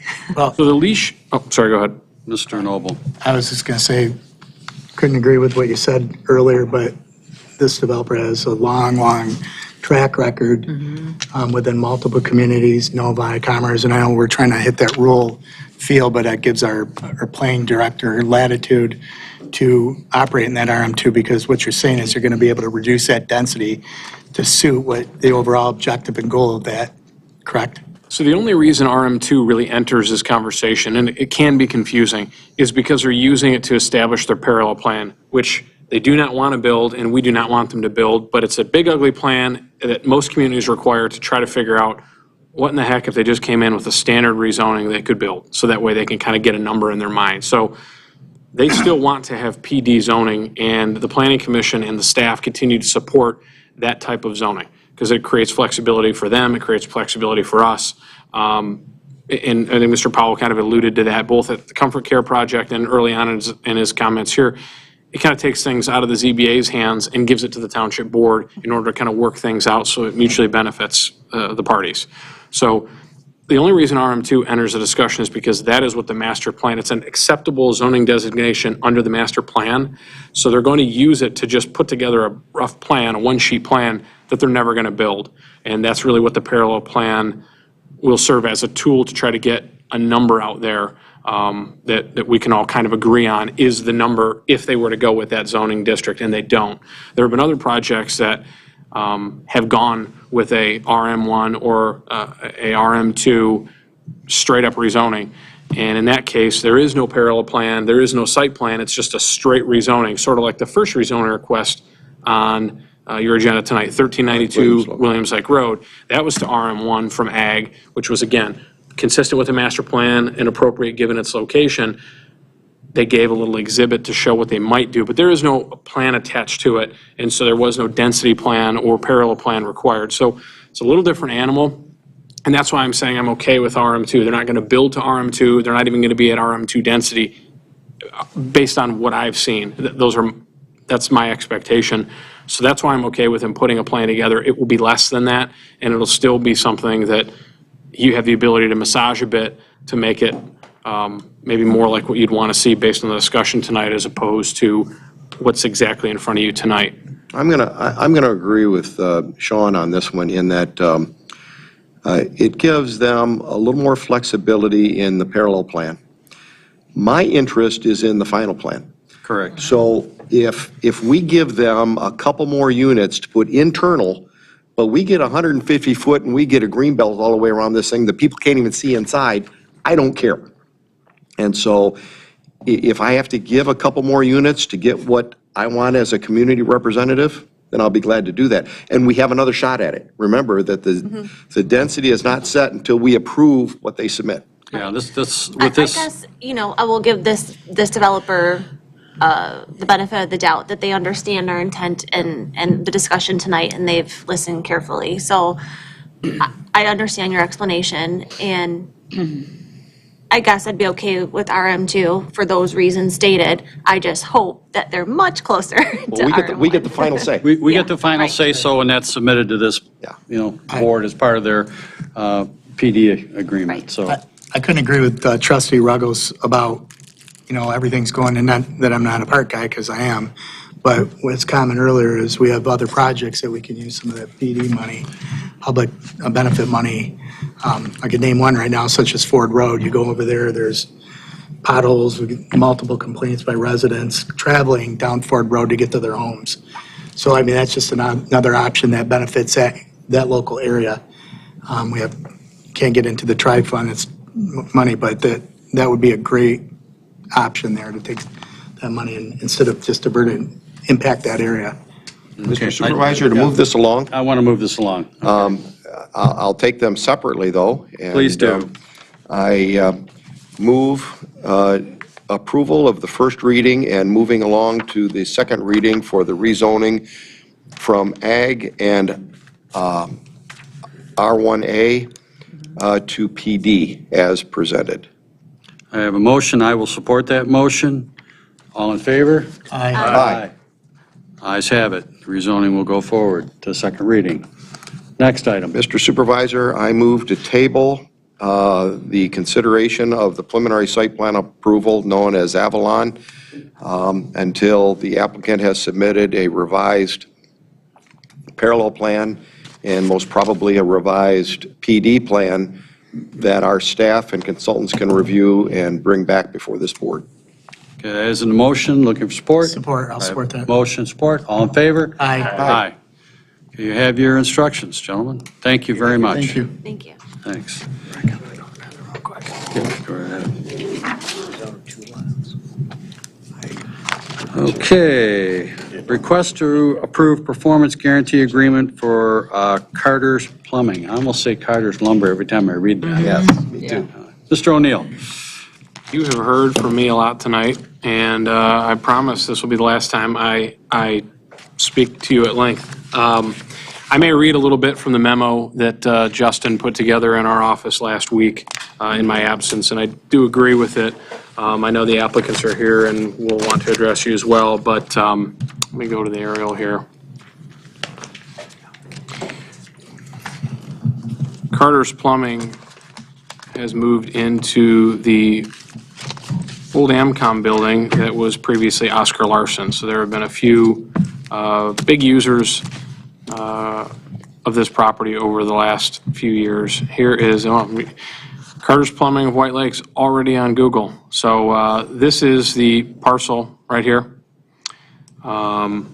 CAMQ Properties LLC is the actual owner, and the address is 10431 Highland Road. Again, we discussed Carter's Plumbing is the new soon-to-be occupant. Back in April, the township was made aware of unpermitted construction activity within the building, and Nick went down and let them know that they were required to obtain permits to do the current work, or the work that they were undertaking. And then on June 9th, Aaron was down there to witness some excavation of the ground and installation of a stormwater system. All this information has been provided in your packet. That was an issue because there were some restrictive covenants that were attached to that property. And the previous owner, Oscar Larson, and Eagle, Department of Environment, Great Lakes and Energy, previously DEQ, and had back in 2015 entered in this agreement which prohibited this kind of excavation. So we got on the phone with Eagle, Aaron coordinated all of that, and we were able to quickly have a meeting with them and the applicants and kind of outline some of our concerns. Very quickly came up that they were willing to kind of restore what they had disturbed, and we were willing to let them do that, but there was a process. We needed a site plan, and they had asked just to simply be able to gravel the parking lot. The zoning ordinance doesn't allow the parking lots in commercial buildings to just be gravelled. Residential driveway could be gravel, non-residential sites cannot use gravel. Farm operations can use gravel, but in this case, they couldn't do that. We let them know that they would have to pave back the area that they had removed, but again, it would require site plan approval.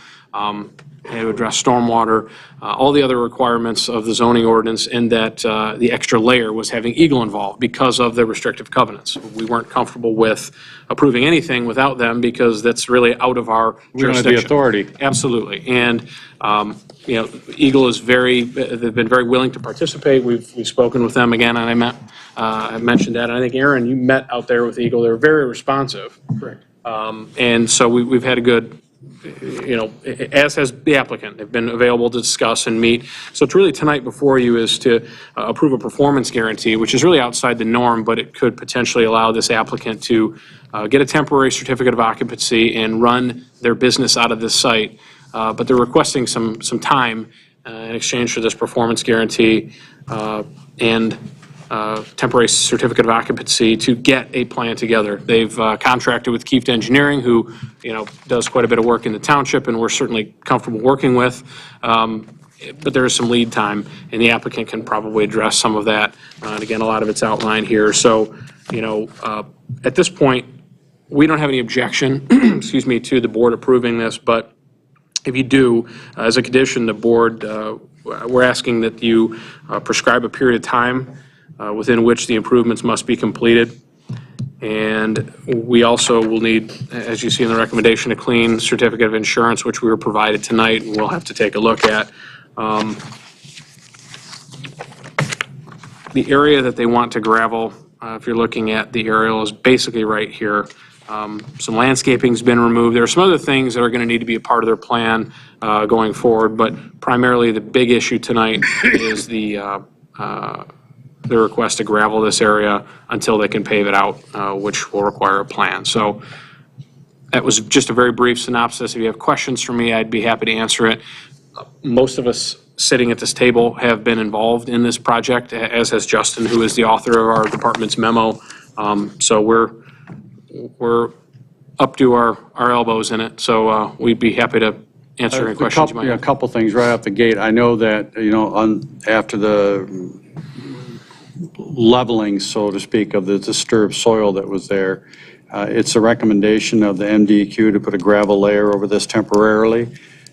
In the conversation we had, they had no objection to it. And again, we've told the applicant, we're not going to approve anything without them okaying it. So they had said they're okay with it being temporarily gravelled with the understanding that a hard surface would be placed, an impervious surface would be placed above that gravel in the near future to kind of encapsulate some of the contamination that they don't want to disturb and that was potentially disturbed with the excavation of a northerly area of the site in order to put some storm pipe in.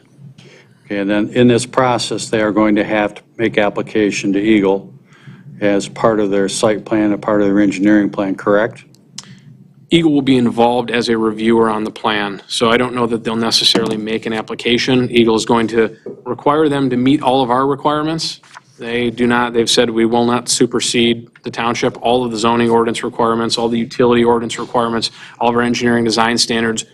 They'll need to meet all of those, but then Eagle will then, at that point, take a look at what they've proposed and make sure that if it comports with the township's ordinances, that it also comports with the terms of the restrictive covenant that applies to this property. Has Eagle made or gave any inclination that there may be some remediation necessary? I don't. Rick, can you repeat that? I didn't hear the last thing you said. Did Eagle what?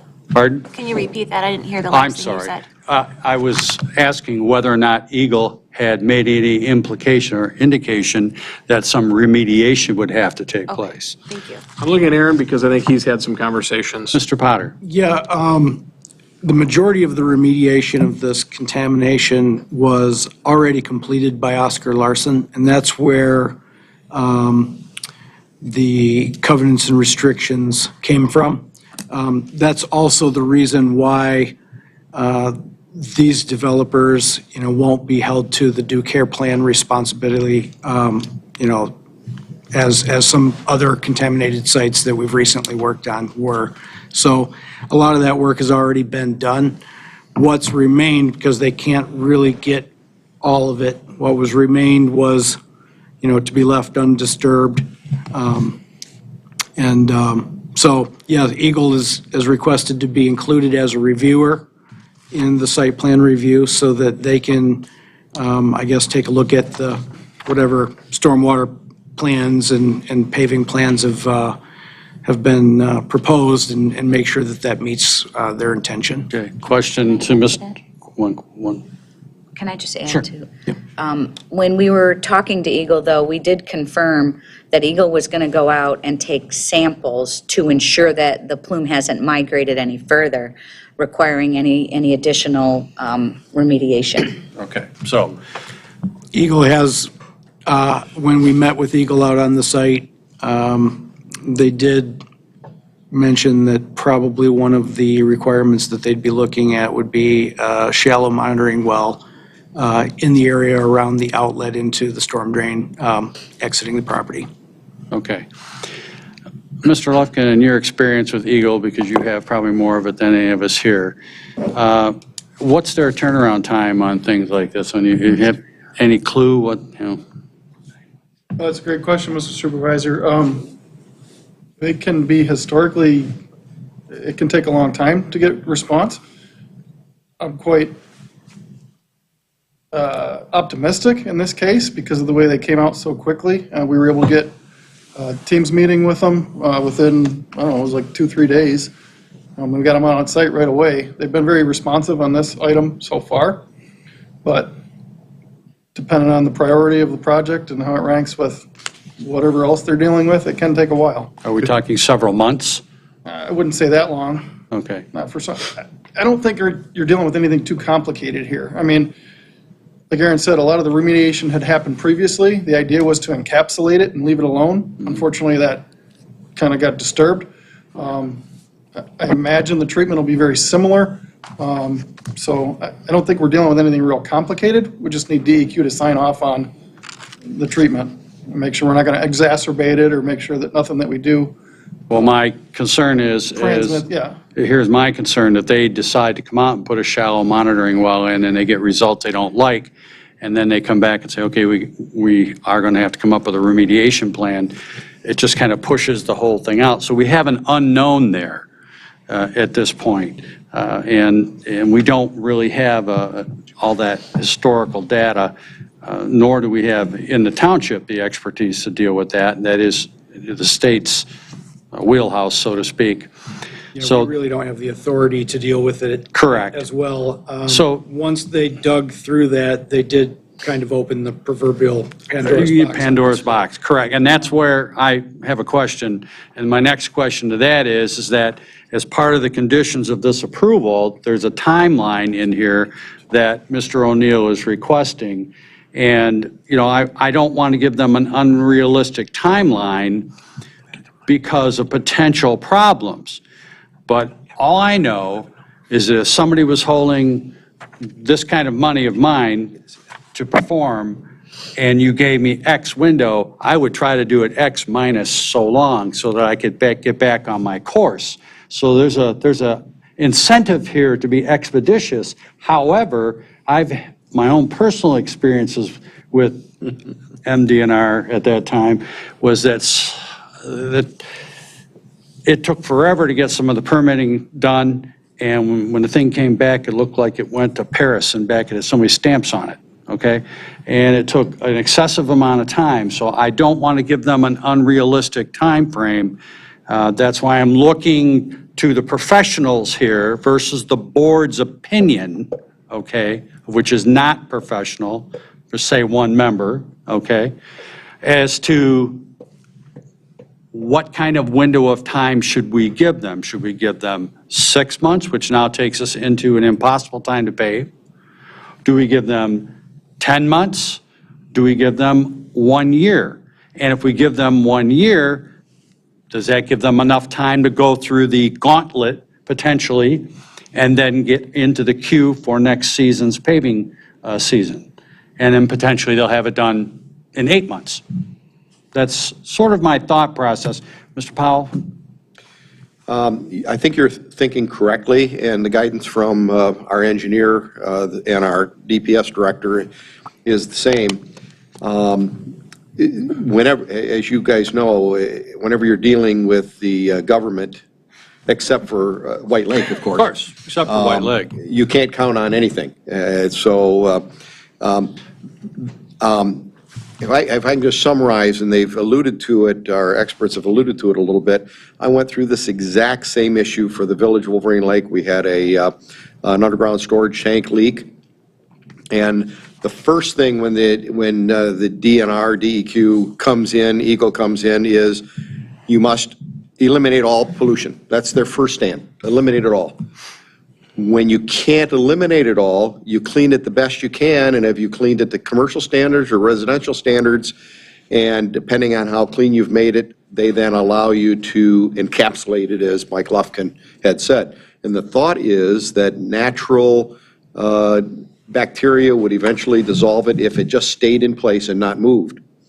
The problem is when they open it up, now rainwater falls in that, and now you're mounting the groundwater, and that groundwater is going to carry that product with it.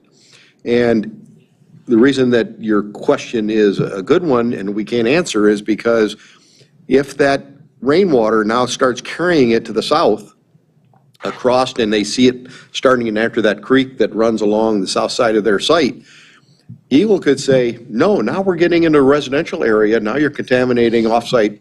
So all we can do is the best we can do and make it subject to a time frame and Eagle approval. I agree with that. Yeah. Okay. And just to be clear, what they're requesting and what this agreement is supposed to provide for is they want to be able to occupy this building, but prior to completing the following items: submission of an engineered site plan for the parking lot, which includes the layout, design, and construction, including paving, stormwater drainage, wetland protection, landscaping, and screening, and fencing. And those all have to be subject to township and Eagle requirements. Connection to the municipal sanitary sewer system, which they're going through the process of doing that with Aaron now. And then compliance with the township's code of ordinances, zoning ordinance, the restrictive covenants that we've talked about, and other applicable laws. So they still have to comply with all of those things in order to be, compliant with the action they're requesting that you take tonight, which is to hold a $100,000 cash bond, give them a temporary certificate of occupancy for whatever period you, I guess, prescribe. And they understand that if they do not comply, or they should understand, and we can talk to them about it, is they'll be in violation of all of that. And then there will be, certain actions that we may have to take. And in the process, if Eagle finds that circumstances have changed as a result of some of this work, things that we aren't even aware of now may happen. That's why I don't want to tie their hands with an unrealistic timeframe. It's just not practical. You and I both had experience with bad sites, and you just don't know what's going to rear its ugly head.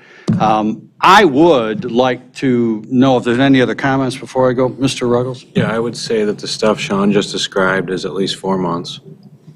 By the time Keith shows up, by the time they send their guys out, draw it up, and then review. Okay, so that puts them into winter, and then we're going to do some paving. So we're in the next May, June. It's July now. I'm not sure if 12 months is long enough.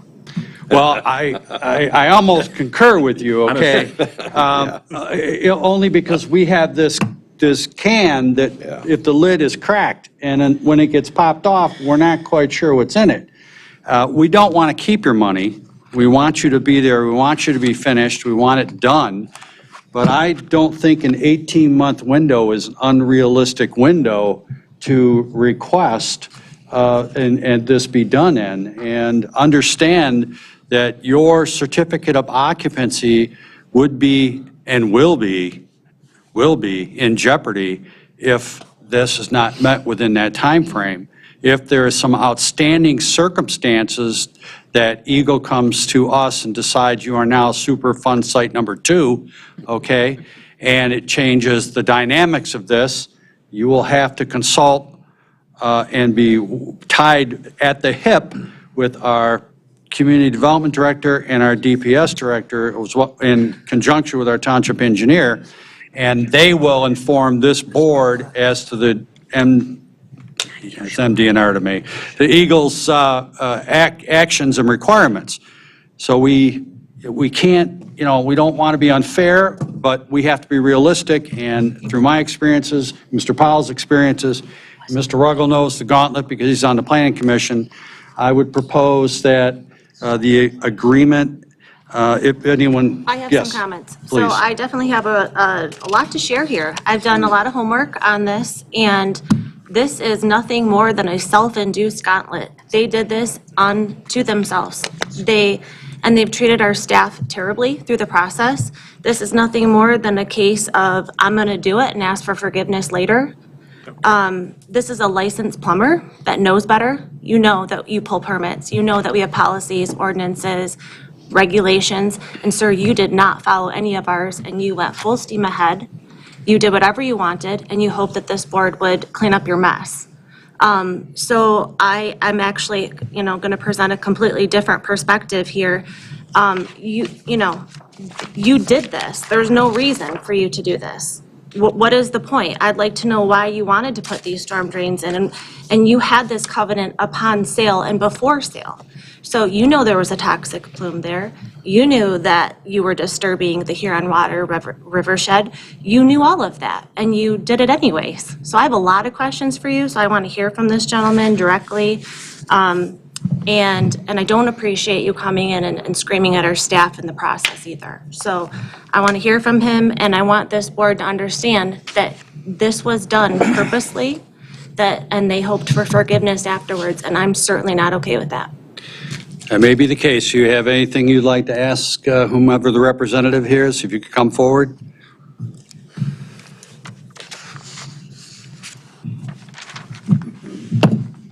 Evening. My name's John Little. I'm an attorney and I represent Matt Carter. This is Matt. Matt's hired Keefe Engineering, as you know, and this is Casey Leach, and he was graciously willing to come here so that he could answer questions about the timeline. You're right, this was self-induced. Sure was. Yep, there's no question. This was our fault. But it wasn't intentional. It wasn't premeditated. We're going to do this and we're going to ask for forgiveness afterward. It was ignorance. This was the first time that Carter's Plumbing has been involved in purchasing a commercial building. They do residential plumbing, and this is a very different animal. And initially, you're right, there was work being done demoing because Carter's Plumbing didn't understand it, needed a permit to demo. And the White Lake Township staff was amazing and came and said, you've got to come and get permits, which happened. And they made beautiful improvements to the office building that's there, which of all those improvements have passed the inspection. Then there was some deteriorated asphalt just adjacent to the building where people parked. And they, again, out of ignorance, thought that they could remove that and put new asphalt just in that area. It's in fact the same area where we're looking to put gravel for the temporary gravel plan. It absolutely was not malicious. I've been representing Matt and Jessica Carter for a long time. And like everybody else, including me, they make mistakes and they made mistakes here. But they are immensely excited to be a part of the White Lake community. This is by far the largest investment that this family business, this family plumbing business has ever made. They've literally staked everything that they have in order to buy this building and make the improvements that they have. They're at your mercy. They their lease where they're at right now expires at the end of this month. Absent this board's generosity in approving a temporary certificate of occupancy, subject to the performance agreement, which includes a $100,000 cash bond, they're going to be in serious trouble. So if it was a master plan, it was a horrible one because they found themselves in dire straits that they do need this board to help bail them out of. That's absolutely right. And we're hoping that you'll do that because they will be a valuable part of this community. And I would invite you to come down and see the improvements that they made to their office and to meet Matt and Jessica and know that they were wrong in the way that they got frustrated and lost, didn't act appropriately.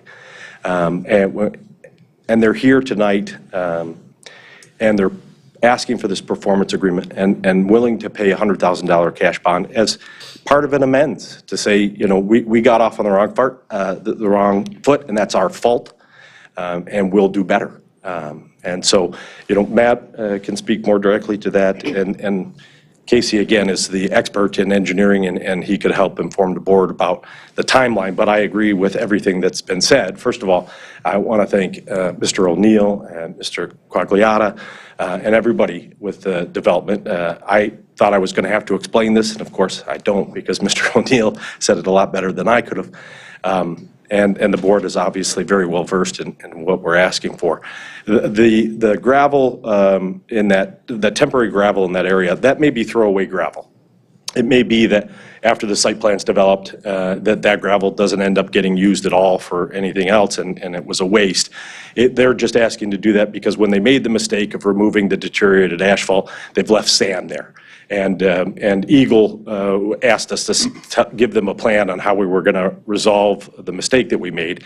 And we gave them a plan. They gave us some deviations, but they said basically fill that back with the dirt that was there. Don't remove any dirt from the site. And that's exactly what Carter's Plumbing did. And then they agreed that it would be prudent to put gravel down and then pave over it. Here, the gravel would just be so that trucks can park next to the building without being in sand, for example, when it rains. It's not something that necessarily has to stay there if the site plan doesn't call for it or the board doesn't approve it. And whatever it is that Carter's Plumbing has to do with the site plan, and wherever the board leads them, they're going to go there because this is their business, and they've invested everything that they have for this opportunity. And I just ask you to give them the opportunity to make a full amends for the mistakes that they've made. From my perspective, knowing that they're good, genuine people who make an important part of your community. So with that, Matt's here to answer questions, and so is Casey. And thank you very much for listening to me. Okay. Do you have any questions, if you care to, any of the board members other than? I would like an explanation of what you're doing there. What is the plan for this, and why are you putting in storm drains and dig down here into the Huron River watershed? I seriously thought I didn't think I was doing any wrong at the time. I do a lot of residential. Can you state your name, please? You need to state your name and address for the record. Matt Carter. Address. 10431 Highland Road. I mean, I've been doing residential plumbing my whole life, and a lot of times when we do storm drains for residential plumbing, permits are not required. And I'm so used to that I thought I was in the exact same position with this commercial building, but I found out the hard way. I definitely went down the wrong road, and I did really fast, and I messed up. I did, but all I want to do is make it right. That's all I'm here for. I mean, I promise whatever we say we're going to do together, it's going to get done. It's going to get done right, and that's all I can do. I mean, I did mess up, but I didn't think I was doing anything that was that tremendously wrong, as an honest man. Okay. So I appreciate your apology, although it's just not true. I mean, you had this covenant upon sale. You had these documents and agreements that told you that there was. I didn't thoroughly read them. So. Okay, any other questions at the moment? Okay. All right, gentlemen, you understand, number one, we're glad to see this building be resurrected. Mm-hmm. And it looks very nice from the outside. I have not seen the inside. I'm glad that you have now adhered to the permitting process. It's not that difficult, okay? You just have to let us know what's going on. I understand you're going to try to engineer some sort of site plan, and what's your approximate time frame on that? My name's Casey Leach. I'm at 11904 Clark Road. That's in Davisburg. You're representing? Kieft Engineering. Kieft Engineering, thank you. So we've recently signed an agreement with the Carters, and right now our field crews are 10 weeks out and falling behind. It's construction season. Takes another couple weeks in the back for processing, so we're about a quarter of a year out before we have the survey.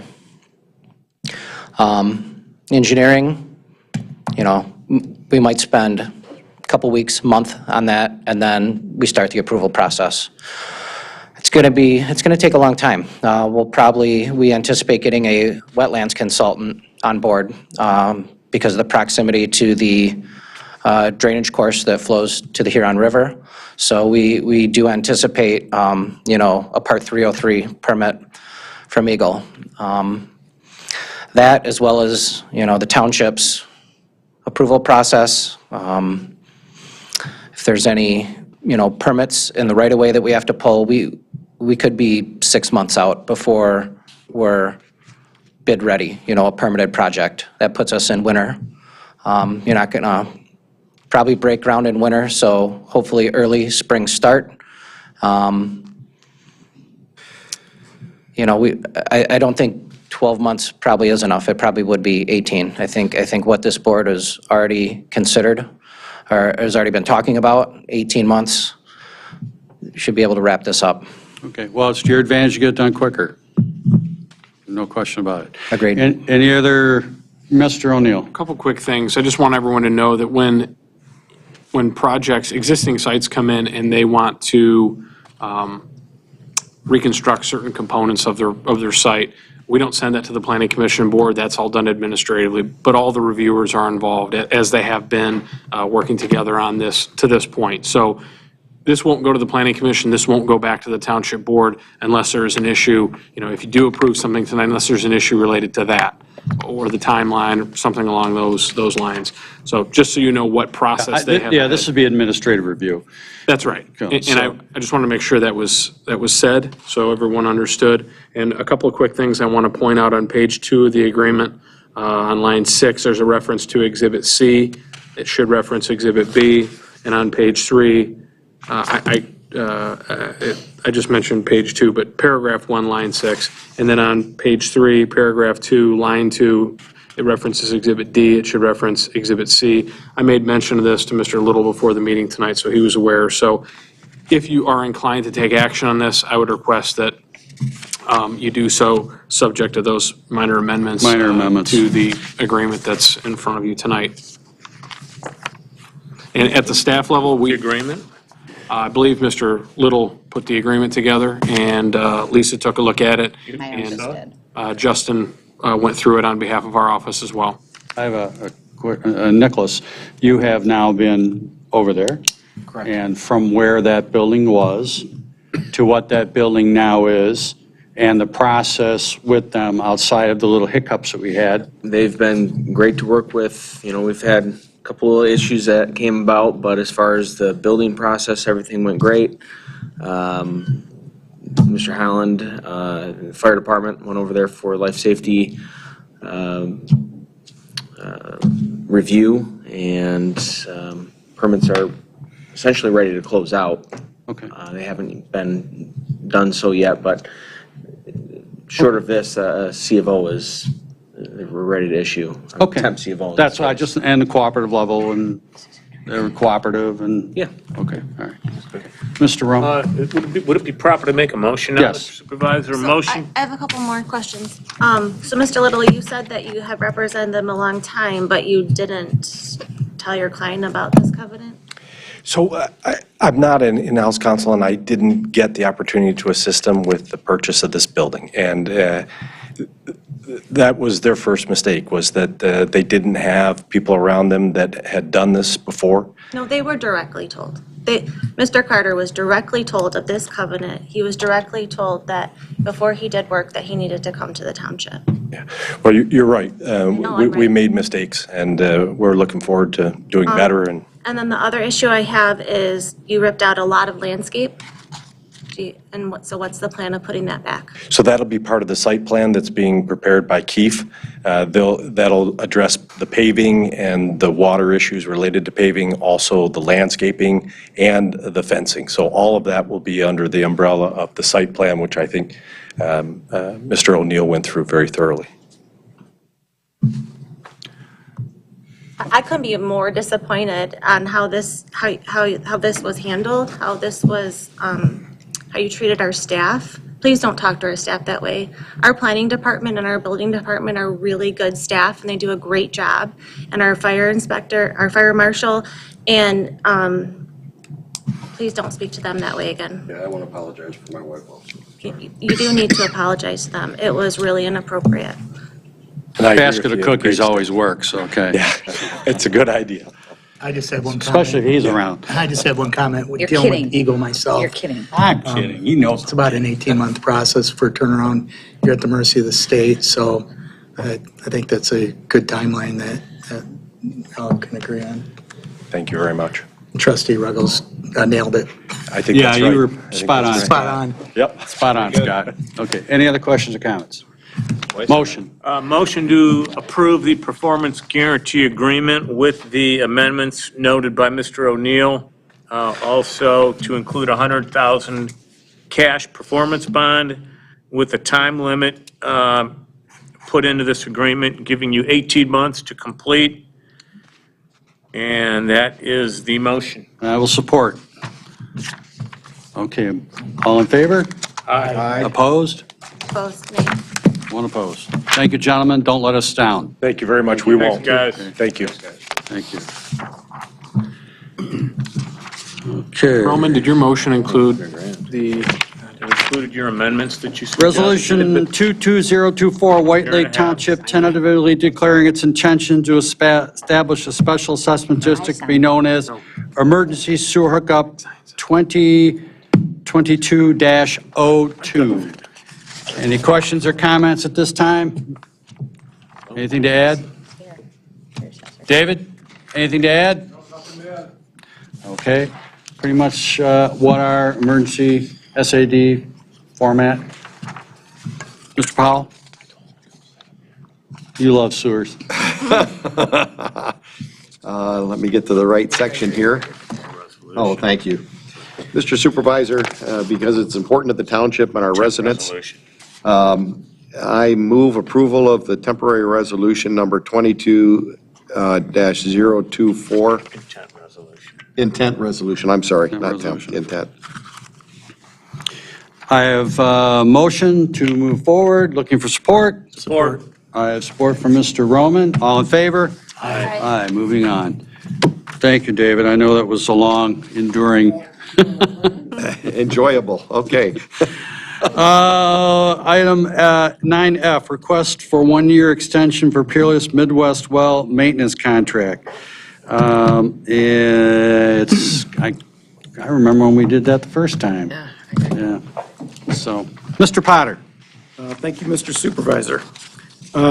So what you have before you tonight, as I've stated and the board remembers, in 2008, we executed an agreement with Peerless Midwest in which they extended Oakland County contract pricing to White Lake Township. That contract is now expired.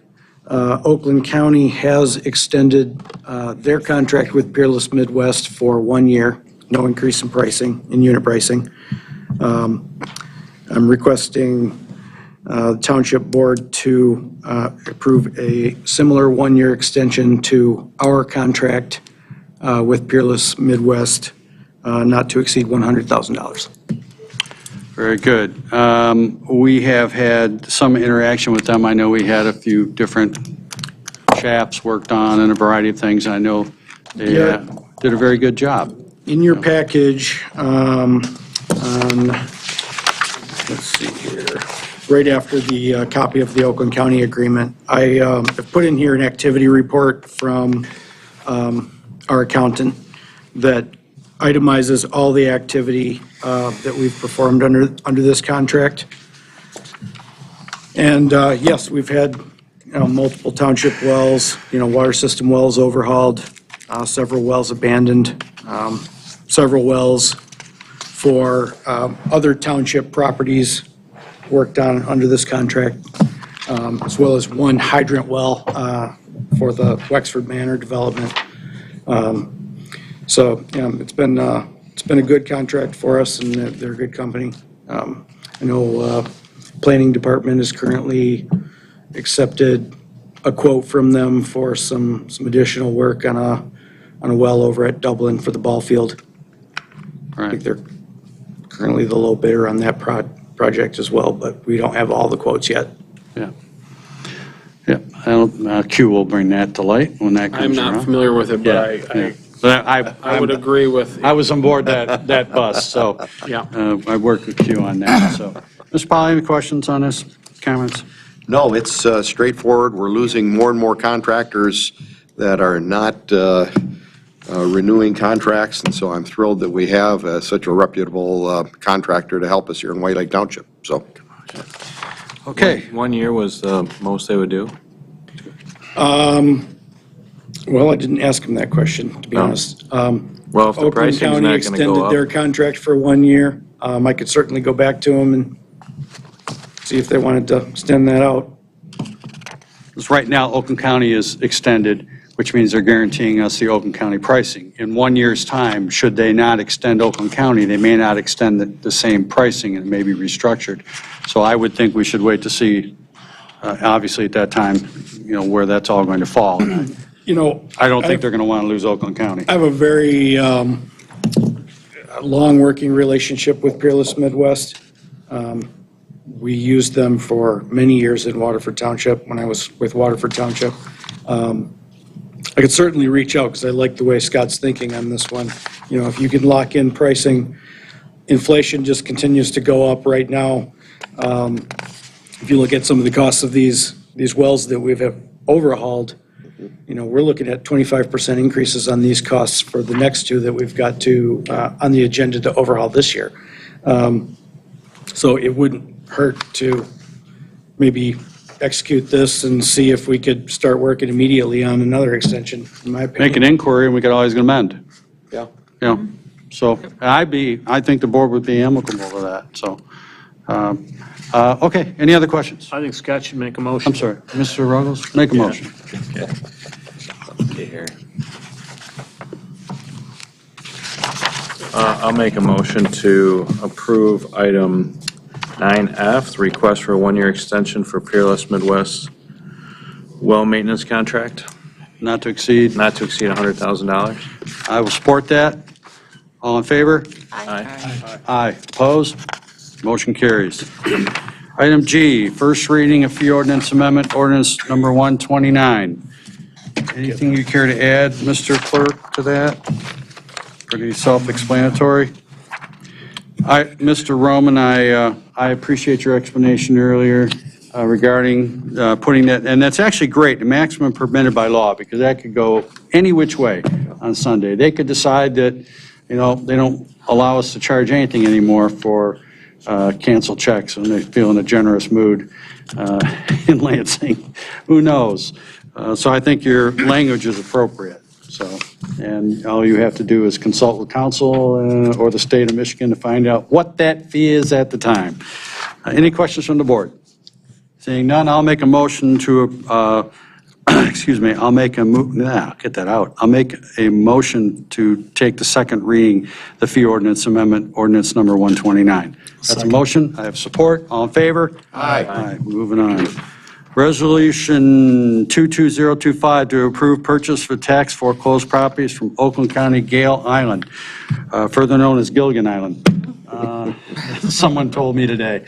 So nonetheless, Mr. Roman, the floor is yours. So these are the Gale Island lots that the township sunk about $152,000 or $153,000 in to tear down and clean up that mess.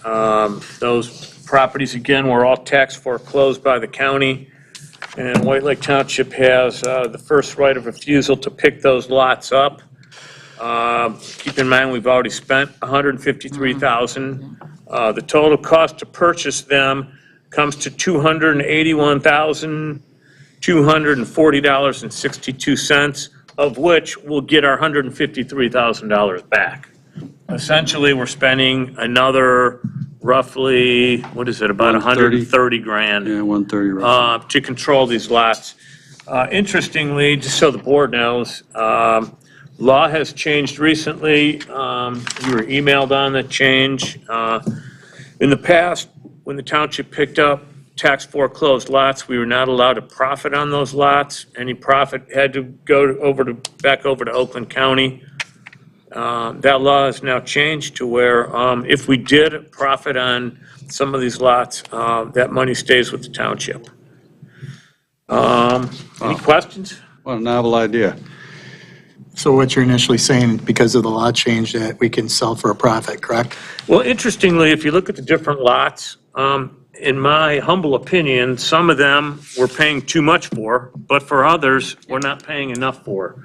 That's just the way the tax law works and all. So this new law protects us. And my office has been contacted by individuals that are interested in Yeah. purchasing those lots. So multiple individuals. Don't we have to go out for public bid on We'll those? consult with the attorney Okay. with the process. Yep, all right, Okay? great. But in the meantime, the opportunity should not go past us. This initially was the thought process when this board saw the good reason to demolish those buildings, that most of them were sitting on the ground anyways. But it was just one of those particular cases that was so bloody expensive, because being on an island, it made things, from a logistical standpoint, extremely difficult. Yeah, Mr. Powell, you mentioned, should we go out to bid? We're going to have to put our heads together on this situation, because do you go out to bid, leaving the parcels as they are, or do you possibly combine some of them? So there's some strategy that we're going to have to put together. And Need to split and recombine them into first-class building sites. absolutely. Because the sewer is there. Yep. So, And we've talked to our new assessor, Dave Haber, said it's much easier to combine lots than to split them, so.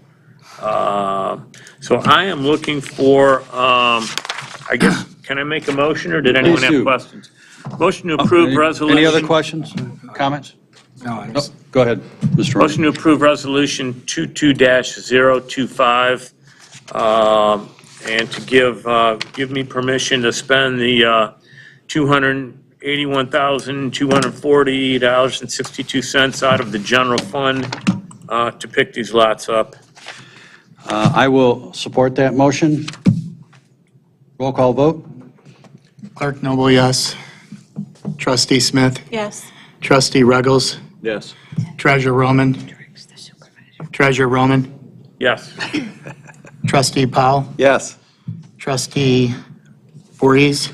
Yes. Supervisor Unanimous. Colwell? Very good, yes.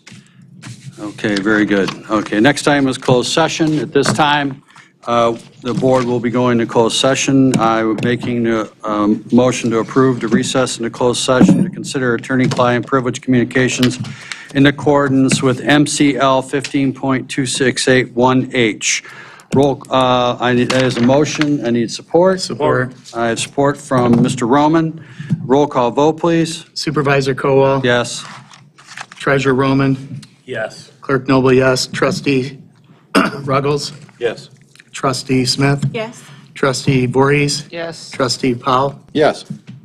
Okay, we will go into executive session. Thanks all of you for being here tonight. We will come back into general session in the future. Sometime in the future. Thanks for attending, Mr.